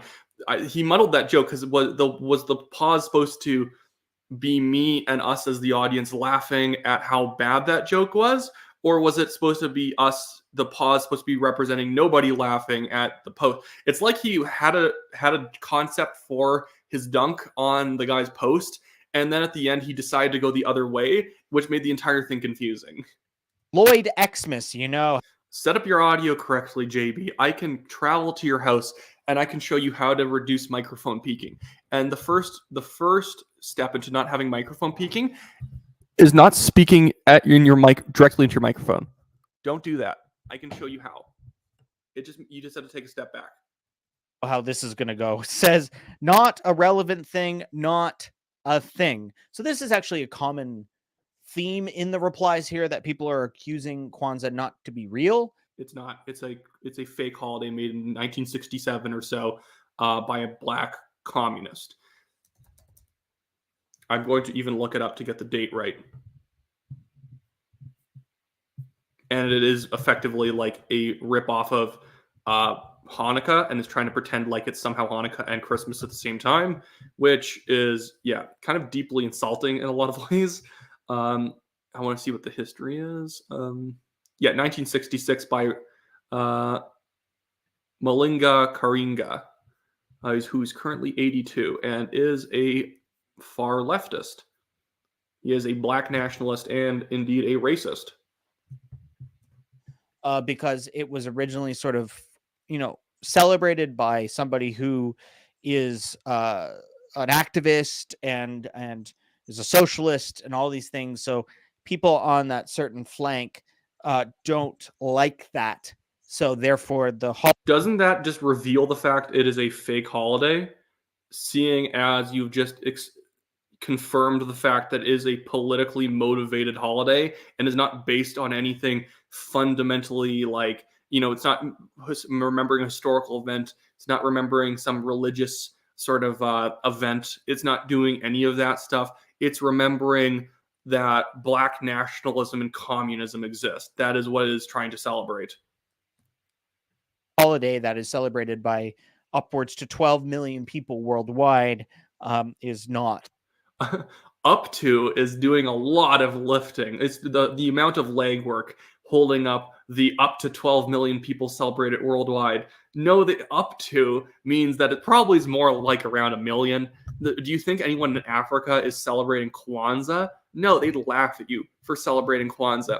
In maybe North America, you get some Black nationalist type groups who will celebrate it, just as you get other people like other ethnocentrist groups who will celebrate freaking weird holidays. Sorry for almost swearing there. But like you get a lot of these people are not. It's not a real holiday at all. And the fact that there's up to 12 million people celebrating it worldwide proves it's not really a holiday. There's cults that are bigger than 12 million people. Real, according to Lloyd. And of course, because conservatives only have one joke, Nomad, who pays for Twitter, says Kwanzaa this, UPOS, and then a series of emojis, and then says nothing else here, and then another emoji. This was seen by 25 people, so his reach is really big. You have 176 people on YouTube. Who cares? Dean felt... Dean here expresses himself in a different fashion by finding a stock footage of an umbrella that has a photo of a middle finger and posting that with no context. 2 people have seen this, and one of them's me, so not sure you're reaching the audience you expect there, Dean. Mickey Tucker. Dude, this guy loves himself so much. I don't doubt that before JB has to shoot a video, he talks about how much he loves himself in the mirror. I don't know who he thinks that this is actually reaching. Like, are liberals watching this saying like, man, he's really roasting these few conservatives on Twitter who probably aren't hoping that they have tens of thousands of followers, but are just posting stuff. Is this good content? Just, finding anonymous accounts on Twitter and saying, I disagree with them. I'm talking about like UBI Works and like UBI advocacy organizations. And this guy over here is talking about like people who haven't even changed the default profile picture of their account. Who has a Yankees profile picture, so he's a proud Canadian. Says, well, hello there, tampon boy, and put tampon in quotes, presuming that it's not real. But then proceeded to post a GIF from the Tampax company, Kotex, saying tampons for all. And the GIF is animated with the tampons changing color. I'm not sure what Mickey's message was here. I don't get... Is he saying that everybody should have tampons? Like, Mickey, I think I... Does JB not follow politics to the point he doesn't know about the story of all federally regulated buildings requiring tampons and pads in men's washrooms? Either that or he's just playing dumb, because if he actually acknowledged that was what the person was getting at, it might undermine his pretending to not understand what this post means. And like, oh, it's so absurd. What does this man mean? Must be crazy and dumb. But whatever. I agree with you on this message, but I'm not sure. Mickey, get back to me, because I don't know. He agrees everyone should have tampons. I'd love to have JB on to discuss his. Does he carry them in his backpack? What does JB do? Is he going to be one of those people who are like, I carry them to help my female friends? Don't do that. It's weird. Don't be that guy. But I guess a lot of people who have spent too much time at university think that's normal. What your intent was here. Keen Speaks, who pays for... Sorry, because he just probably got here a little bit ago. JB is the guy who runs this channel. He only has 176 people on YouTube, but he's been trying to go into more YouTube video type stuff. He's much bigger on TikTok. He's like 157,000 followers. Although I would clarify that it's actually pretty easy to grow on platforms like TikTok. I don't have TikTok, but you'd be shocked at how much just the random accounts on TikTok will have in terms of their followers. But he has like 80,000 views on some of these TikTok videos, and maybe that people don't get all the way to the end. I'm not sure if like TikTok views are worth more than like a Facebook view or a YouTube. Definitely not a YouTube view. But it's sad that like there's children who are watching this guy who think he's like making great content, and he's really dunking on those conservatives. They're ignorant. They're calling Justin Trudeau tampon boy. This basically is representative of the party itself, probably. For Twitter says, could you be any less Canadian or patriotic? You spend more time virtue signaling than you do breathing. So Keen here doesn't seem to understand that saying Happy Kwanzaa to a subsect of Canadians who celebrate it. Black communists. Let's be very honest. It is black communists and very, very liberal white people in Toronto. That is who celebrates Kwanzaa. I guarantee the amount of white people in Canada who celebrate Kwanzaa outnumbers the tiny amount of black nationalist communists, because nobody celebrates Kwanzaa in this country. Nobody cares about Kwanzaa. It's a fake holiday. It's basically a grift to try and force Western institutions to take something that symbolizes socialism seriously. It's a nonsense holiday. Only people like JB pretend to celebrate it in order to be inclusive or whatever. Is incredibly Canadian, and one of the most Canadian things you could do. Canadians who celebrate it is incredibly Canadian, and one of the most Canadian things you could do. No, it isn't. It's just not. Kwanzaa is not Canadian, and saying that supporting people and celebrating a holiday for black nationalist communists is not Canadian in any way. So celebrating the birthday of Mao Zedong is not Canadian, and supporting people doing that is not Canadian. There's just things that are Canadian and things that are not Canadian. They're like religious freedom is Canadian. Celebrating a fake holiday doesn't strike me as a very maple syrupy Canadian thing to do. So Keen to his followers is showing that he is not Canadian or patriotic, despite there's a lot of people in Canada that celebrate Kwanzaa, but Can anyone find an issue with the idea that a lot of people doing something in Canada, or just any amount of people, because again, I doubt more than a few thousand people in Canada seriously celebrate Kwanzaa in a non-just virtue signaling manner. Just because people do something in Canada does not make it Canadian. I hope that's not the standard, because you get a lot of weird things being considered super patriotic in Canadians based off the fact that some Canadians do it. I hope not, but I guess this is JB's expert political analysis that it somehow is anti-patriotic to not celebrate people celebrating Kwanzaa. Amir, who pays for Twitter, says keep celebrating black, brown, yellow, red, and make labels, and that's how you create division. And then posted a quote from Morgan Freeman saying, how are we going to get rid of racism? Stop talking about it. Now, Morgan... I hope he tries to call Amir racist. That'd be really funny. Could have potentially said that. I'm willing to bet at least a couple hot loonies that he didn't say that, or at least the context of him saying that is different than what Amir is trying to. Okay, let's say that this is not a real quote from Morgan Freeman. It's pretty common for people to attribute fake quotes to people. But what is because JB has a weird problem with this quote that the best way of stopping racism is to stop talking about it, and which is true. The best way of having racism come up a lot in society is constantly focusing on racism and constantly trying to do things like the left does, try and make people who pay for ancestors past racism. That's how you extend racism in society. If you want to stop racism, have people not be racist and have people stop talking about racism and treat people like humans. But for some reason, JB has a really hard time thinking that we should treat each other like human beings. He thinks that how are we going to get rid of racism? Stop talking about it. He thinks that is like a over the line comment that he has to debunk, that Morgan Freeman never said it or something. or that because it's like, who could ever agree to something as radical as not being racist and not talking about racism? Trying to portray here, but let's just go to his tweet. So he says, keep celebrating black, brown, yellow, and red and make labels. That's how you create division.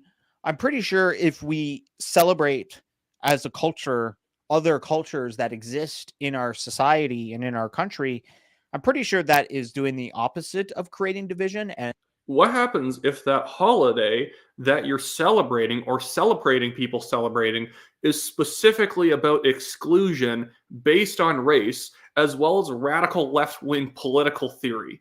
That doesn't sound like something that brings people together and unifies them. That sounds like something that you would be silly to think that it unifies Canadians. It's actually very divisive to celebrate something like Kwanzaa. And things can be exclusionary. Obviously, Hanukkah is exclusionary to people who aren't religiously Jewish.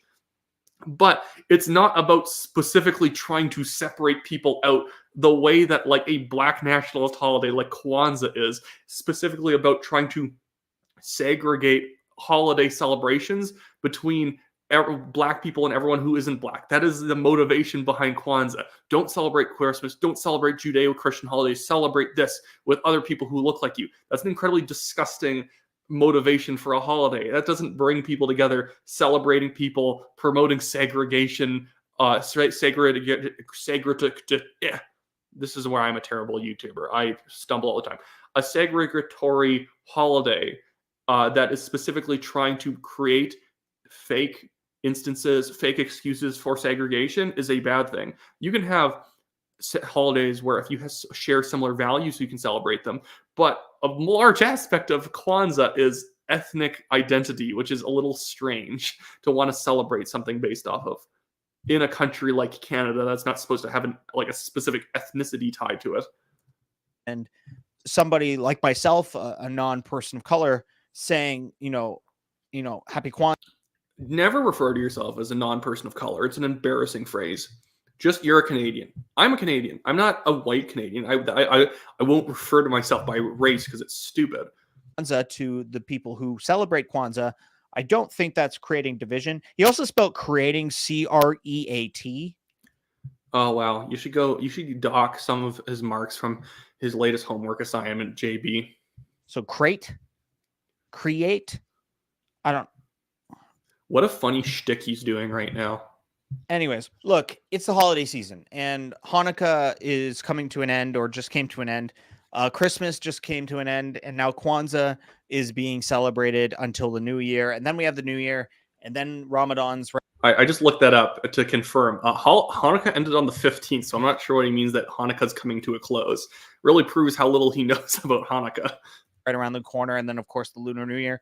This time of year has a lot of cultures celebrating a lot of different things, and Canada is one of those countries where we have a lot of different cultures. You take a walk around Toronto for even a half hour, and you'll find yourself in very different neighborhoods celebrating very different cultures and practicing very different cultures. And I wonder if this guy found it a little bit disturbing when people were celebrating Hamas terrorist attacks and making excuses for terrorism in Israel, because that would be interesting if that's a specific culture that he approves of or doesn't approve of. I think he has an Israel versus Palestine video. I really want to look into that because I guarantee it's just going to be chock-a-block full of cringe takes. And the prime minister of our country, whether you agree with him or not, or agree with his policies or not, coming out and saying, hey, yeah, happy Kwanzaa to those who celebrate. And all that stuff. And find me a person who celebrates Kwanzaa. This guy could walk around, unless he goes to like a socialist bar in Toronto. I doubt he's going to find anyone pretending to celebrate Kwanzaa. It is a holiday. I want to even look up how many people celebrate like Kwanzaa in Canada.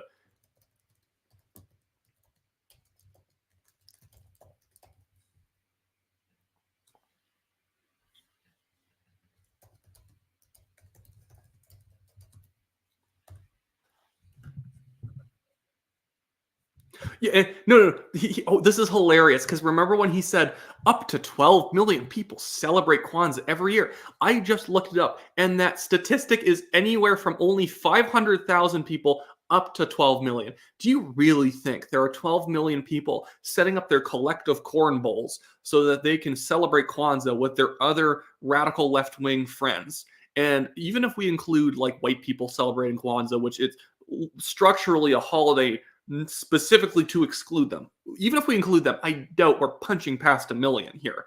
Outside of college campuses in the US and Canada and a couple places maybe in the UK, nobody celebrates it. And anyone who does celebrates it only in order to basically spite Christmas and Hanukkah. That's all it is. It is a fake holiday, as I keep saying. He did the same post for Christmas, and he did the same post for Hanukkah, and I'm sure he's going to do the same post for Ramadan and Eid and all the things in between. I honestly almost endorse politicians not posting things for almost any holiday outside of like actual official Canadian holidays. I find it silly, like whenever like a Muslim representative or Sikh representative or Christian representative or anyone, Buddhist representative, anyone from any religious background pretends to care a lot about other religions' holidays. We should have a post every day where we have Religious Freedom Day, where we celebrate people's ability to like, have religious freedom. That'd be great. But I find so many politicians waste time pretending to care about a holiday that they obviously don't care about. I don't care about people posting about Christian holidays if they're not actually Christian. It just comes off as cheapening in my mind. But that's just my controversial perspective on just government celebrations of religious holidays in general. I'm a very separation of church and state type person, despite being a very serious Christian myself. It's just normal, and that's what I would want my prime minister to do. Now, you're probably going to go in the comments and say, I don't. Oh my goodness, JB's so funny. He's so funny, guys. Don't support Trudeau. I am not a liberal, as much as the comments like to say that I am. But I can say, I don't even know what he'd be then.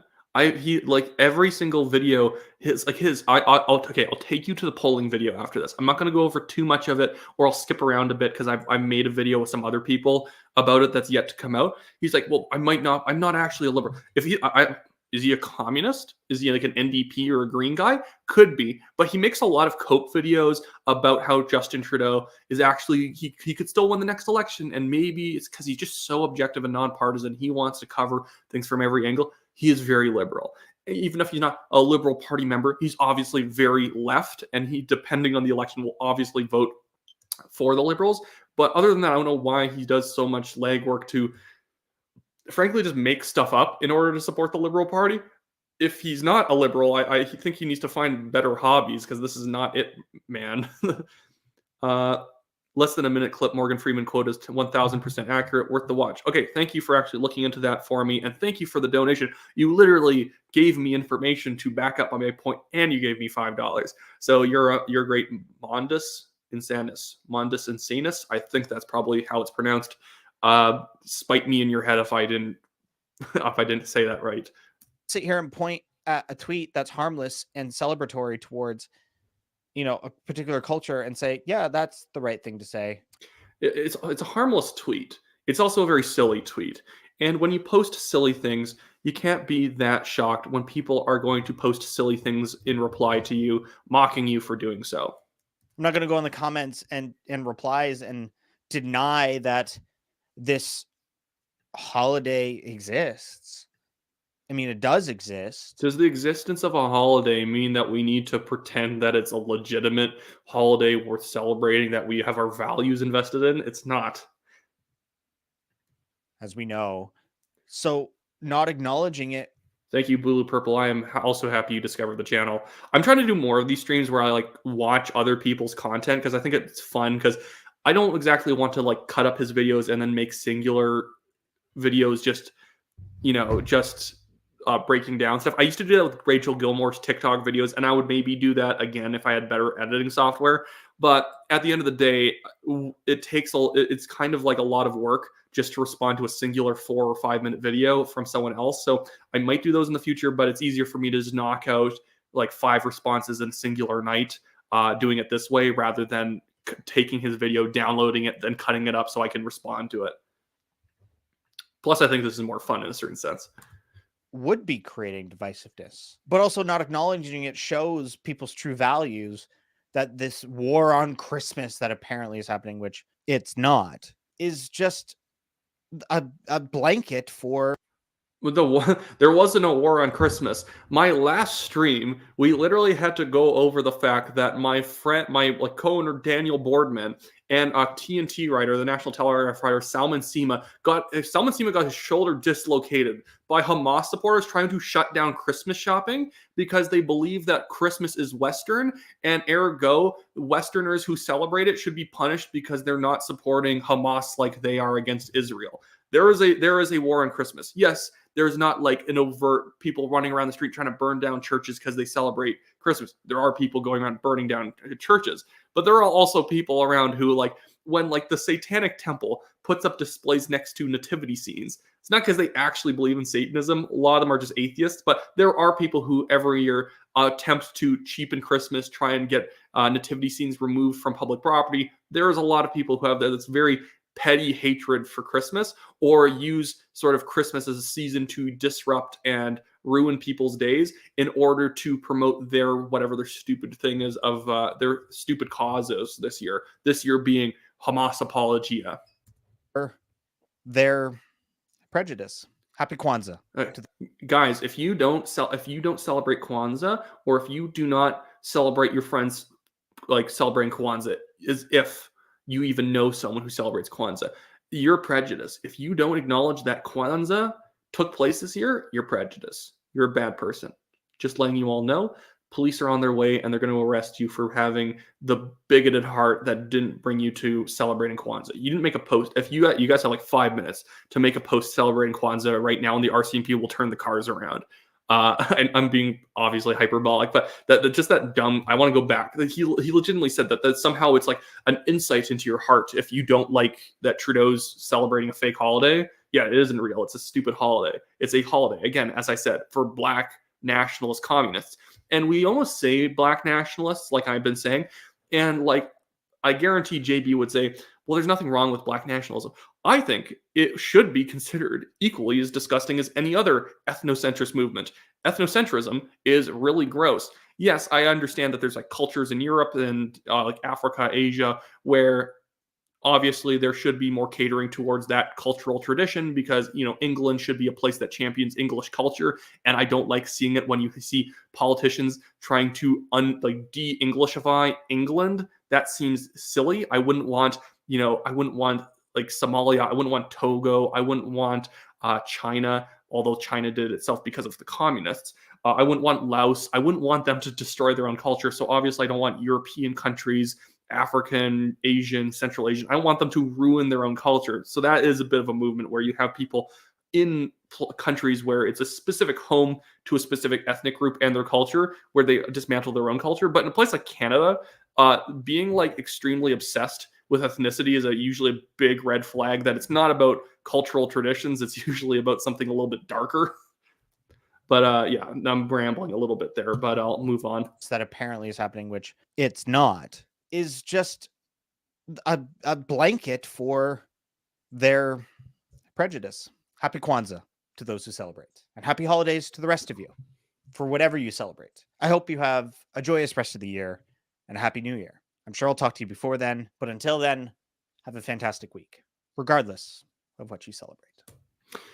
Okay, well, that was a thing. Thanks, JB. Thanks for wishing me good luck in celebrating Kwanzaa. The corn is in the microwave right now, getting prepared. Ooh, goodness, this guy features Steve Boots on his channel. Oh no, that's embarrassing. Steve Boots the other day, I'm not sure if you know who Steve Boots is, another TikTok kind of a guy. Another guy who's like I don't know if JB is, but Steve Boots is this Hamas apologist type, like hyper progressive. And he posted this claim, or he tried to claim, that the IDF, when they went into Gaza, they were finding Arabic translations of Mein Kampf in people's homes or in Hamas like militants' residences.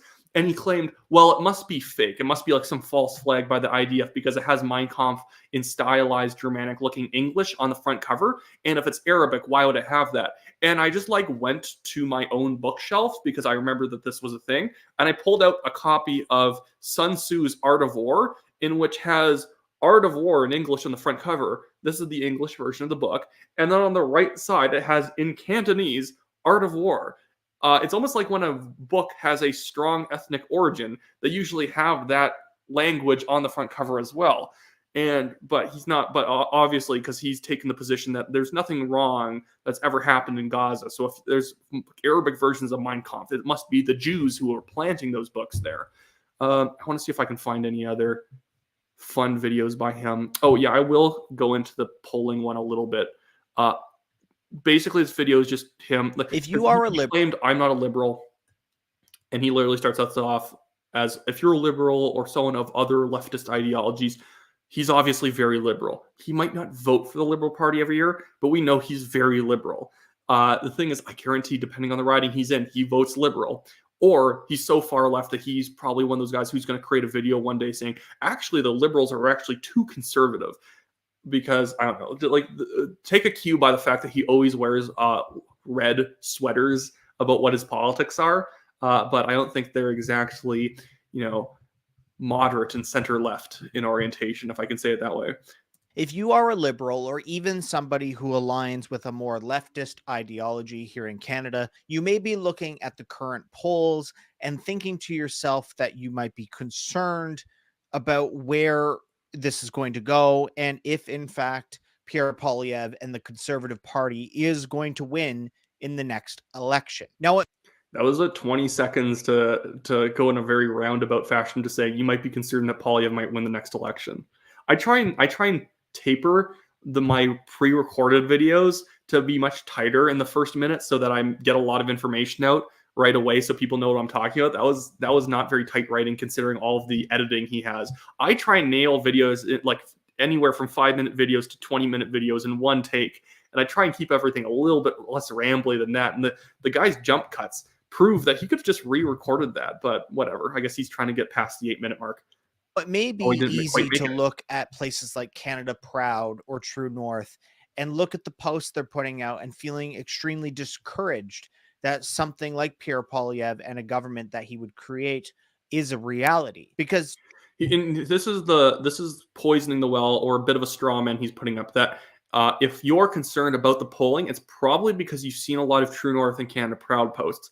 If you just look at the raw polls themselves, you shouldn't be confident that Trudeau is going to win. It's obvious that the Conservatives are going to win. But this video, as you'll see, as it keeps going on, is very much a cope video. He is trying to tell his supporters that actually we're totally not in the hole right now. We've not made any mistakes. It's just that the polling is somehow lying. I am one of those people who I don't think polls are rigged. I think there are certain types of things that are polled that aren't inaccurate. But I can give you good reason why I think things aren't accurate. Like, I think issue polling is foolish whenever they ask you your opinion on specific policy issues, because oftentimes they're like, do you think, I think this was like something, I'm not sure if this was the exact name of it, but it's like the grocery bill of rights or the grocery code of conduct for grocery stores. Do you support that? And they kind of half explain what it is. And obviously the bill is going to the generic way of explaining the bill is going to make it sound good, even if nobody knows what any of this stuff means. So things like that nobody's ever heard of gets wildly high support in the polls because the people don't actually know what the policy means, but the title it has and the explainer text that comes along with it in the poll makes it sound all right. So most people just say, well, I guess that sounds good. So that's why I don't like issue polling. Generally, national election polling is pretty accurate. It's never one-to-one with the election results, but at the very least, when you look at who's ahead and who's behind, you can take that to mean a certain amount of momentum is taking place for that party. Even with the PPC polling at like 12% in some polls in the last election, that was more so skewed just because PPC voters are the most likely to pick up a phone and tell you who they're going to vote for because they're hyper engaged. At the same time, those 12% numbers, you could still get good information from that, knowing it was probably going to be inaccurate that the PPC was going to be at 12% nationally. What you could take from that is that the PPC had quite a bit more momentum than it did last election, because last election they almost got 2%, and in the next election they got more than 5.3%. So that's what you could have taken away from that. It's never that the polls are just inaccurate. Some pollsters aren't as good as others, but they're not ever going to be useless. But this guy is now someone who probably tells Conservatives in the last election that the polling isn't rigged, their party's just unpopular under O'Toole, which I would have agreed with. But now, because left-wing parties are suffering in the polls, he is here to tell you that polling is bad. It is true that when we look at two of the major pollsters right now, Abascus and Ledger, there is a significant gap between Pierre Poilievre and the Conservative Party of Canada and Justin Trudeau's Liberals. There's even some polls that put Justin Trudeau and the NDP and Jagmeet Singh in a deadlocked tie. If this happens to be true and the seat count from these prospective polls turns into a reality, we would be seeing a downright supermajority from the Conservative Party of Canada. Again, it is very discouraging to look at that and think, wow. What's this? Okay, and this is what we got into in the podcast that we did. A supermajority is not an actual thing in Canada. There's no such thing as a supermajority in Canada. There is majorities and there are not majorities. There's no other than things where you need like 2/3 of provinces and the federal government to support an amendment to the Constitution, like in our current amending formula. There's no votes in Parliament, to my knowledge, that you need 2/3 support to do anything for. It's usually that you need majorities, simple majorities of various provincial governments or even referendums in order to get something through. But because this guy probably gets all of his politics from US shows, he ends up adopting the language into how he talks about Canadian politics and then just gets things blatantly wrong. So actually, Jeff S., I thought this was a good piece of information for me. You should do the non-confidence petition next. So funny, he's concerned about fake signatures while saying in the next video that the polls don't matter. I do want to look into that because there's a lot of work effort that goes in to making sure that the petition signatures are not fake. You have to give them a lot of information, more than just a change.org petition. These are not like, and the thing is that he would probably say if conservatives are concerned about fake signatures, that you're just like the MAGA Republicans and you think the elections are rigged and whatnot. But he can effectively claim the same things that he would condemn like a Republican in the US for thinking that the polls are off. And in the US, there actually is more motivation to put out cooked polls because there's a lot more money in politics that can go to a pollster to put out a poll that maybe isn't balancing the voters as well. So you have like a +14 for Biden in Minnesota when that's like, or Wisconsin, when that's a super close state on election day. But when he does it in Canada, even though there's actually very little evidence Canadian pollsters ever get it significantly wrong, you can almost count on one hand the elections where pollsters were really off in the last 20 years in Canada. It's like Mayor Bill Smith's run in against Naheed Nenshi in the city of Calgary. Bill Smith got cleaned up by Nenshi, and the polling from Main Street showed that Bill Smith was going to win by 8 points or something like that. And it just didn't manifest because they probably had a big polling sample error. But anyways, so I just want to get back to this, but there's just no evidence that polls are off in Canada. They generally are pretty accurate, and he never brings it up. But how does he square the fact with him saying that the polls don't mean much right now with the fact that the Conservatives are absolutely killing the Liberals when it comes to fundraising? Obviously, the polls are reflecting some underlying reality in Canadian politics. It's not just like, oh, it's too far out for an election. And technically, the polls can change and people's minds can change before the election. Sure, but the current polling is actually quite accurate. And what Chris from the Great Canadian Bagel podcast pointed out is in many past federal elections, if you look at the opinion polling from last election to that election, the polling remained pretty flat. There's very few elections where there's big 10, 15-point swings between the support of all the different parties. It's outside of like elections where a party just collapses because of a bad leader or because of a scandal. Most of the time, people have their minds made up and they stick to what they think. There's really nothing that can be done. And Justin Trudeau is that extremely unpopular of a leader that we really don't have a choice, and that Pierre is going to be the next prime minister. Well, that certainly may be the case, and there's absolutely validity in that statement. Oh, goodness, I hate people who talk like this. Like, there might be validity in that statement. Stop using big words for very simple things that we're talking about. It's just accurate. It's accurate. It could be accurate or could not be accurate. There might be validity in the statement that the Conservatives could form a supermajority government, but I don't know why he's talking like this. He's like filming all of his clips in like 10-second segments. You can sound more sure about what you're saying, man. JB, I can help you script out your videos better. Reality of the Canadian political system is that it is designed in a way that prevents supermajorities from ever becoming a thing. A supermajority, for those who don't know, would be something where all the other parties from second to last place and their seats added together doesn't equal half of that of the Conservative or the winning party in the election. That's just called a majority. There's no such thing as a supermajority. What's a regular majority if a supermajority is just having more than half of the seats? There has been very, very few supermajorities in our Canadian history. We have actually had tons of majority governments. Just think about through your own lifespan. You can probably name a dozen supermajorities if you've been alive for more than 40 years. And even if you're like me and you're only 24, there are a lot of majority governments. Trudeau had a majority government. Harper had a majority government. Chrétien had a majority government for many terms. And before that, Brian Mulroney had a majority government. There was a minority for a little bit, but then you go back to a pure Trudeau majority government. I don't know what this guy's even on about. And that is by design. The Westminster system. It's actually not by design. Westminster systems generate tons of majority governments. We are a first past the post system. It is designed to have very decisive majority governments being easier to form. Proportional representation systems are designed to make it very difficult to form a majority without massive amounts of public support swinging behind you, especially in systems where you'll need like 0.5% to have a couple seats in the legislature. That helps create our government doesn't typically allow that to happen. Not that there's any rules that says it can't happen. It's just by design, it doesn't allow.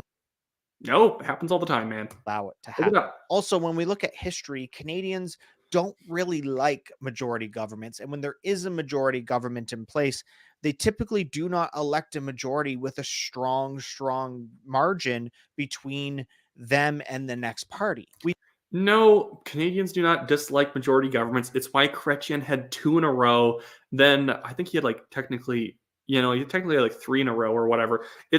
Majority governments are very easy to form in Canada. The only reason we'll go through periods of multiple minority governments is that Canadians, I would say, sometimes don't change their minds politically very fast. So if we end up in a minority government position, people don't reorient themselves extremely quickly into supporting a party that then can form a majority. People tend to stay where they are for a while. So we might go through a couple minority governments, but once we hit a majority, we actually kind of, also keep it for a while. Yeah. He was supposed to have 4, and Paul Martin just fumbled the ball at the very end and fell on his face because of some dumb social policies and the gun registry that they were pushing. There's been tons. It's not hard to open up a Wikipedia page and look at all the majority governments throughout Canadian history. We started out this country with a couple terms or a few terms of we have 2 terms, I think, of John McDonald. Yeah, John A. McDonald having two majorities, and then I believe he was replaced by a Liberal majority. Then he came back with another Conservative majority. Majorities happen all the time. I can't say any more about that.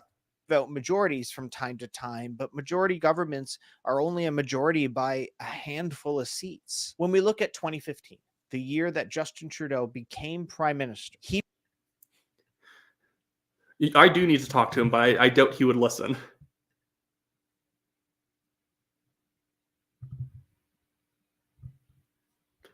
I don't think that would happen. I don't think PC and PPC's forces would form a minority government because the PPC cannot seem to win a single seat. Because, frankly, Maxime Bernier does not have the focus to actually win a singular riding.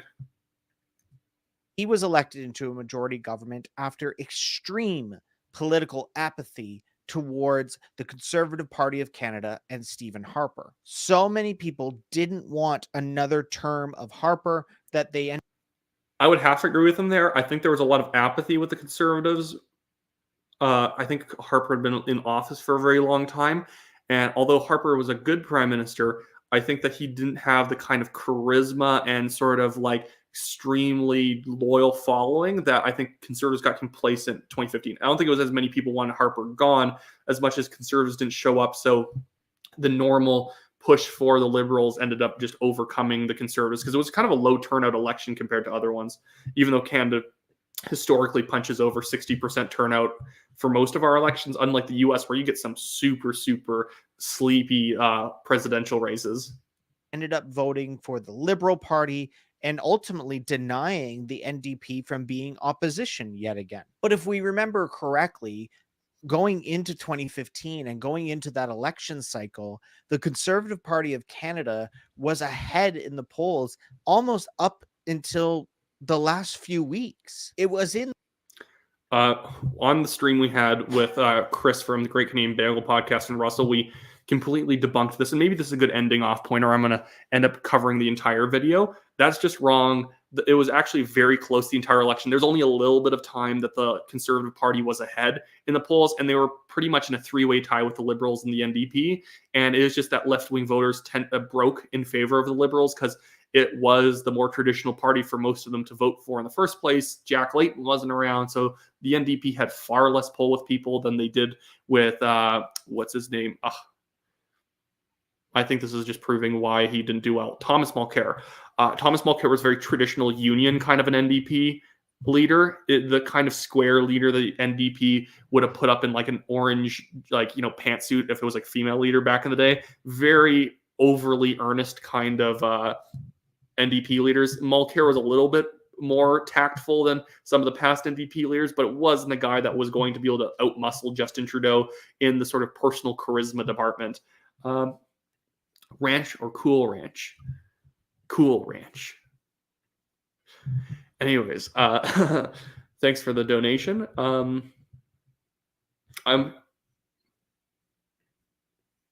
Wait, sorry, I'm trying to find that.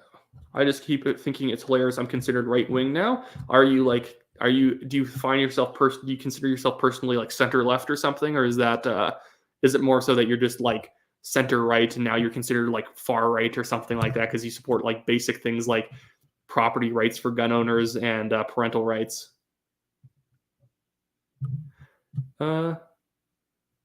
Anyways, so no, but I might end it off there. I've been going for like 2 hours and 10 minutes at this point. I definitely want to come back on with Daniel Boardman at some point and we can react to more of JB's videos.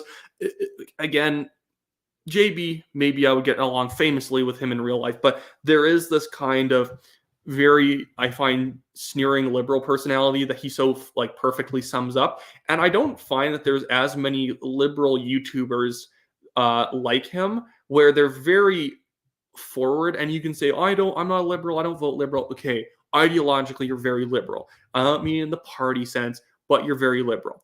But like the people who are just straight up about how, like, because most of these people, you find them on Twitter defending Trudeau, very TrueAnon type individuals who, regardless of what Trudeau does, if he does something bad, they're defending him. If he's in the middle of a scandal, they'll somehow find out how secretly he's actually doing the right thing or whatever. And this guy's channel very much reminds me of that. Do I get a donation receipt? I don't know. What do you mean by a donation receipt? But JB represents in my mind a very doctrinal, very orthodox leftist.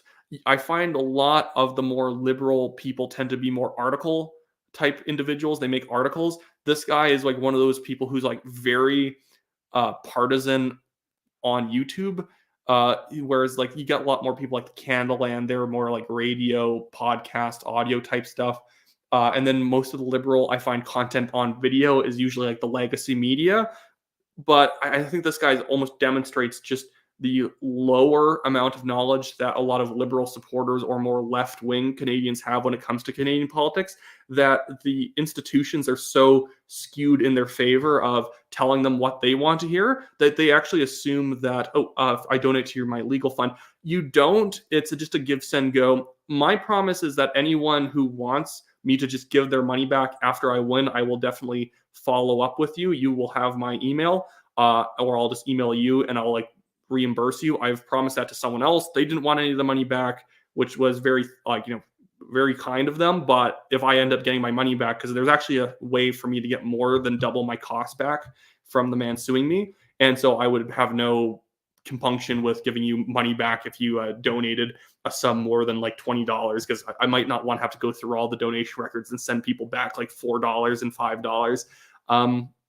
But yeah, if you donate fantastic. If you don't donate, fair enough. You don't have to. Watching this show is enough. But yeah, sorry, I keep getting myself off my point. This really demonstrates why it's not good to go on for hours and hours in a stream. But yeah, like so JB represents kind of like someone I believe has grown up with so many institutions, professors, and friends in their bubble agreeing with them that when he makes videos, he goes in it from the perspective that obviously I'm right because everything around me every day says that I'm right. And then when you see him not understand that the Conservative Policy Declaration is not their platform, and then he compares it to the 2021 Liberal platform and then ignores the fact that Conservatives also had a platform in that election, and that I haven't shown it, but the Bill C-11 video where he acts as if Bill C-11 is only what Liberal press releases say it is, and that if you take it to mean anything more than it, then you're lying about it. So he'll say that Bill C-11, all it does is promotes Canadian media content, not looking at the fact that it obviously is going to promote whatever the CRTC and other regulatory boards considers Canadian. Even if you're a Canadian making news about or making Canadian political news, that might not be considered Canadian. But because he's informed himself only through institutions that agree with him already, and that he goes into every conversation from anyone who opposes a left-wing party is somehow acting in bad faith, he is very willing to make half-formed arguments, assuming that his correctness, his sense of correctness means that he can muscle through all this stuff and that he's right at the end of the day, because how could I be wrong? How could I be wrong? My professor said I was very smart and gave me an A+ on a paper where I just told him exactly what he wanted to hear from me. That's what I mean when I say it very much reminds me of people from university. I knew a lot of people who they would just parrot things back to the professors that they wanted to hear, and they would act very smug and superior because they got better marks than you, because they just effectively were jumping through hoops while you actually were developing your own thoughts about politics. You were actually following the evidence. It's just how it ends up working. Yeah, other countries have things like the CRTC. It's not quite like what the US has, where it's more of just standards and practices for like radio and television, because obviously there's a limited amount of radio bandwidth. So it makes sense that you don't want people, posting obviously like very crazy content on public airwaves.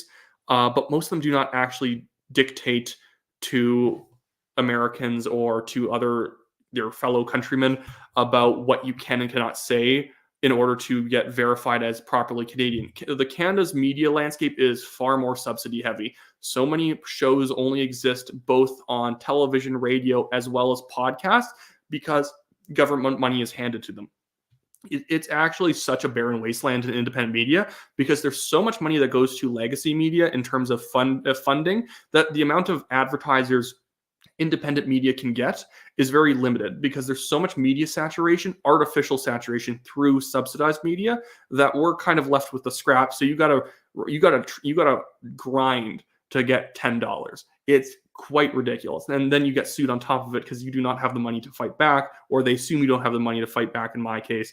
And you have to this is where it's nuts that Ezra Levant at Rebel News is getting fined for having written a book in the 2019 federal election about the Liberals, his book, The Liberanos, as if he was somehow violating an election law when, as he points out, rightfully so, there was 23 other pro-Trudeau books written in the 2019 election cycle. He wrote an anti-Trudeau one, and because he had Lawrence eyes advertising the book, they were trying to claim that he was violating the Canadian election laws because he didn't register as like a PAC or something like that, when the current Canadian election laws specifically say that you are allowed to advertise political books during an election cycle. And the sign literally said, buy the book on the cover. It didn't say don't vote for the Liberals. It just said liberanos.ca, buy the book.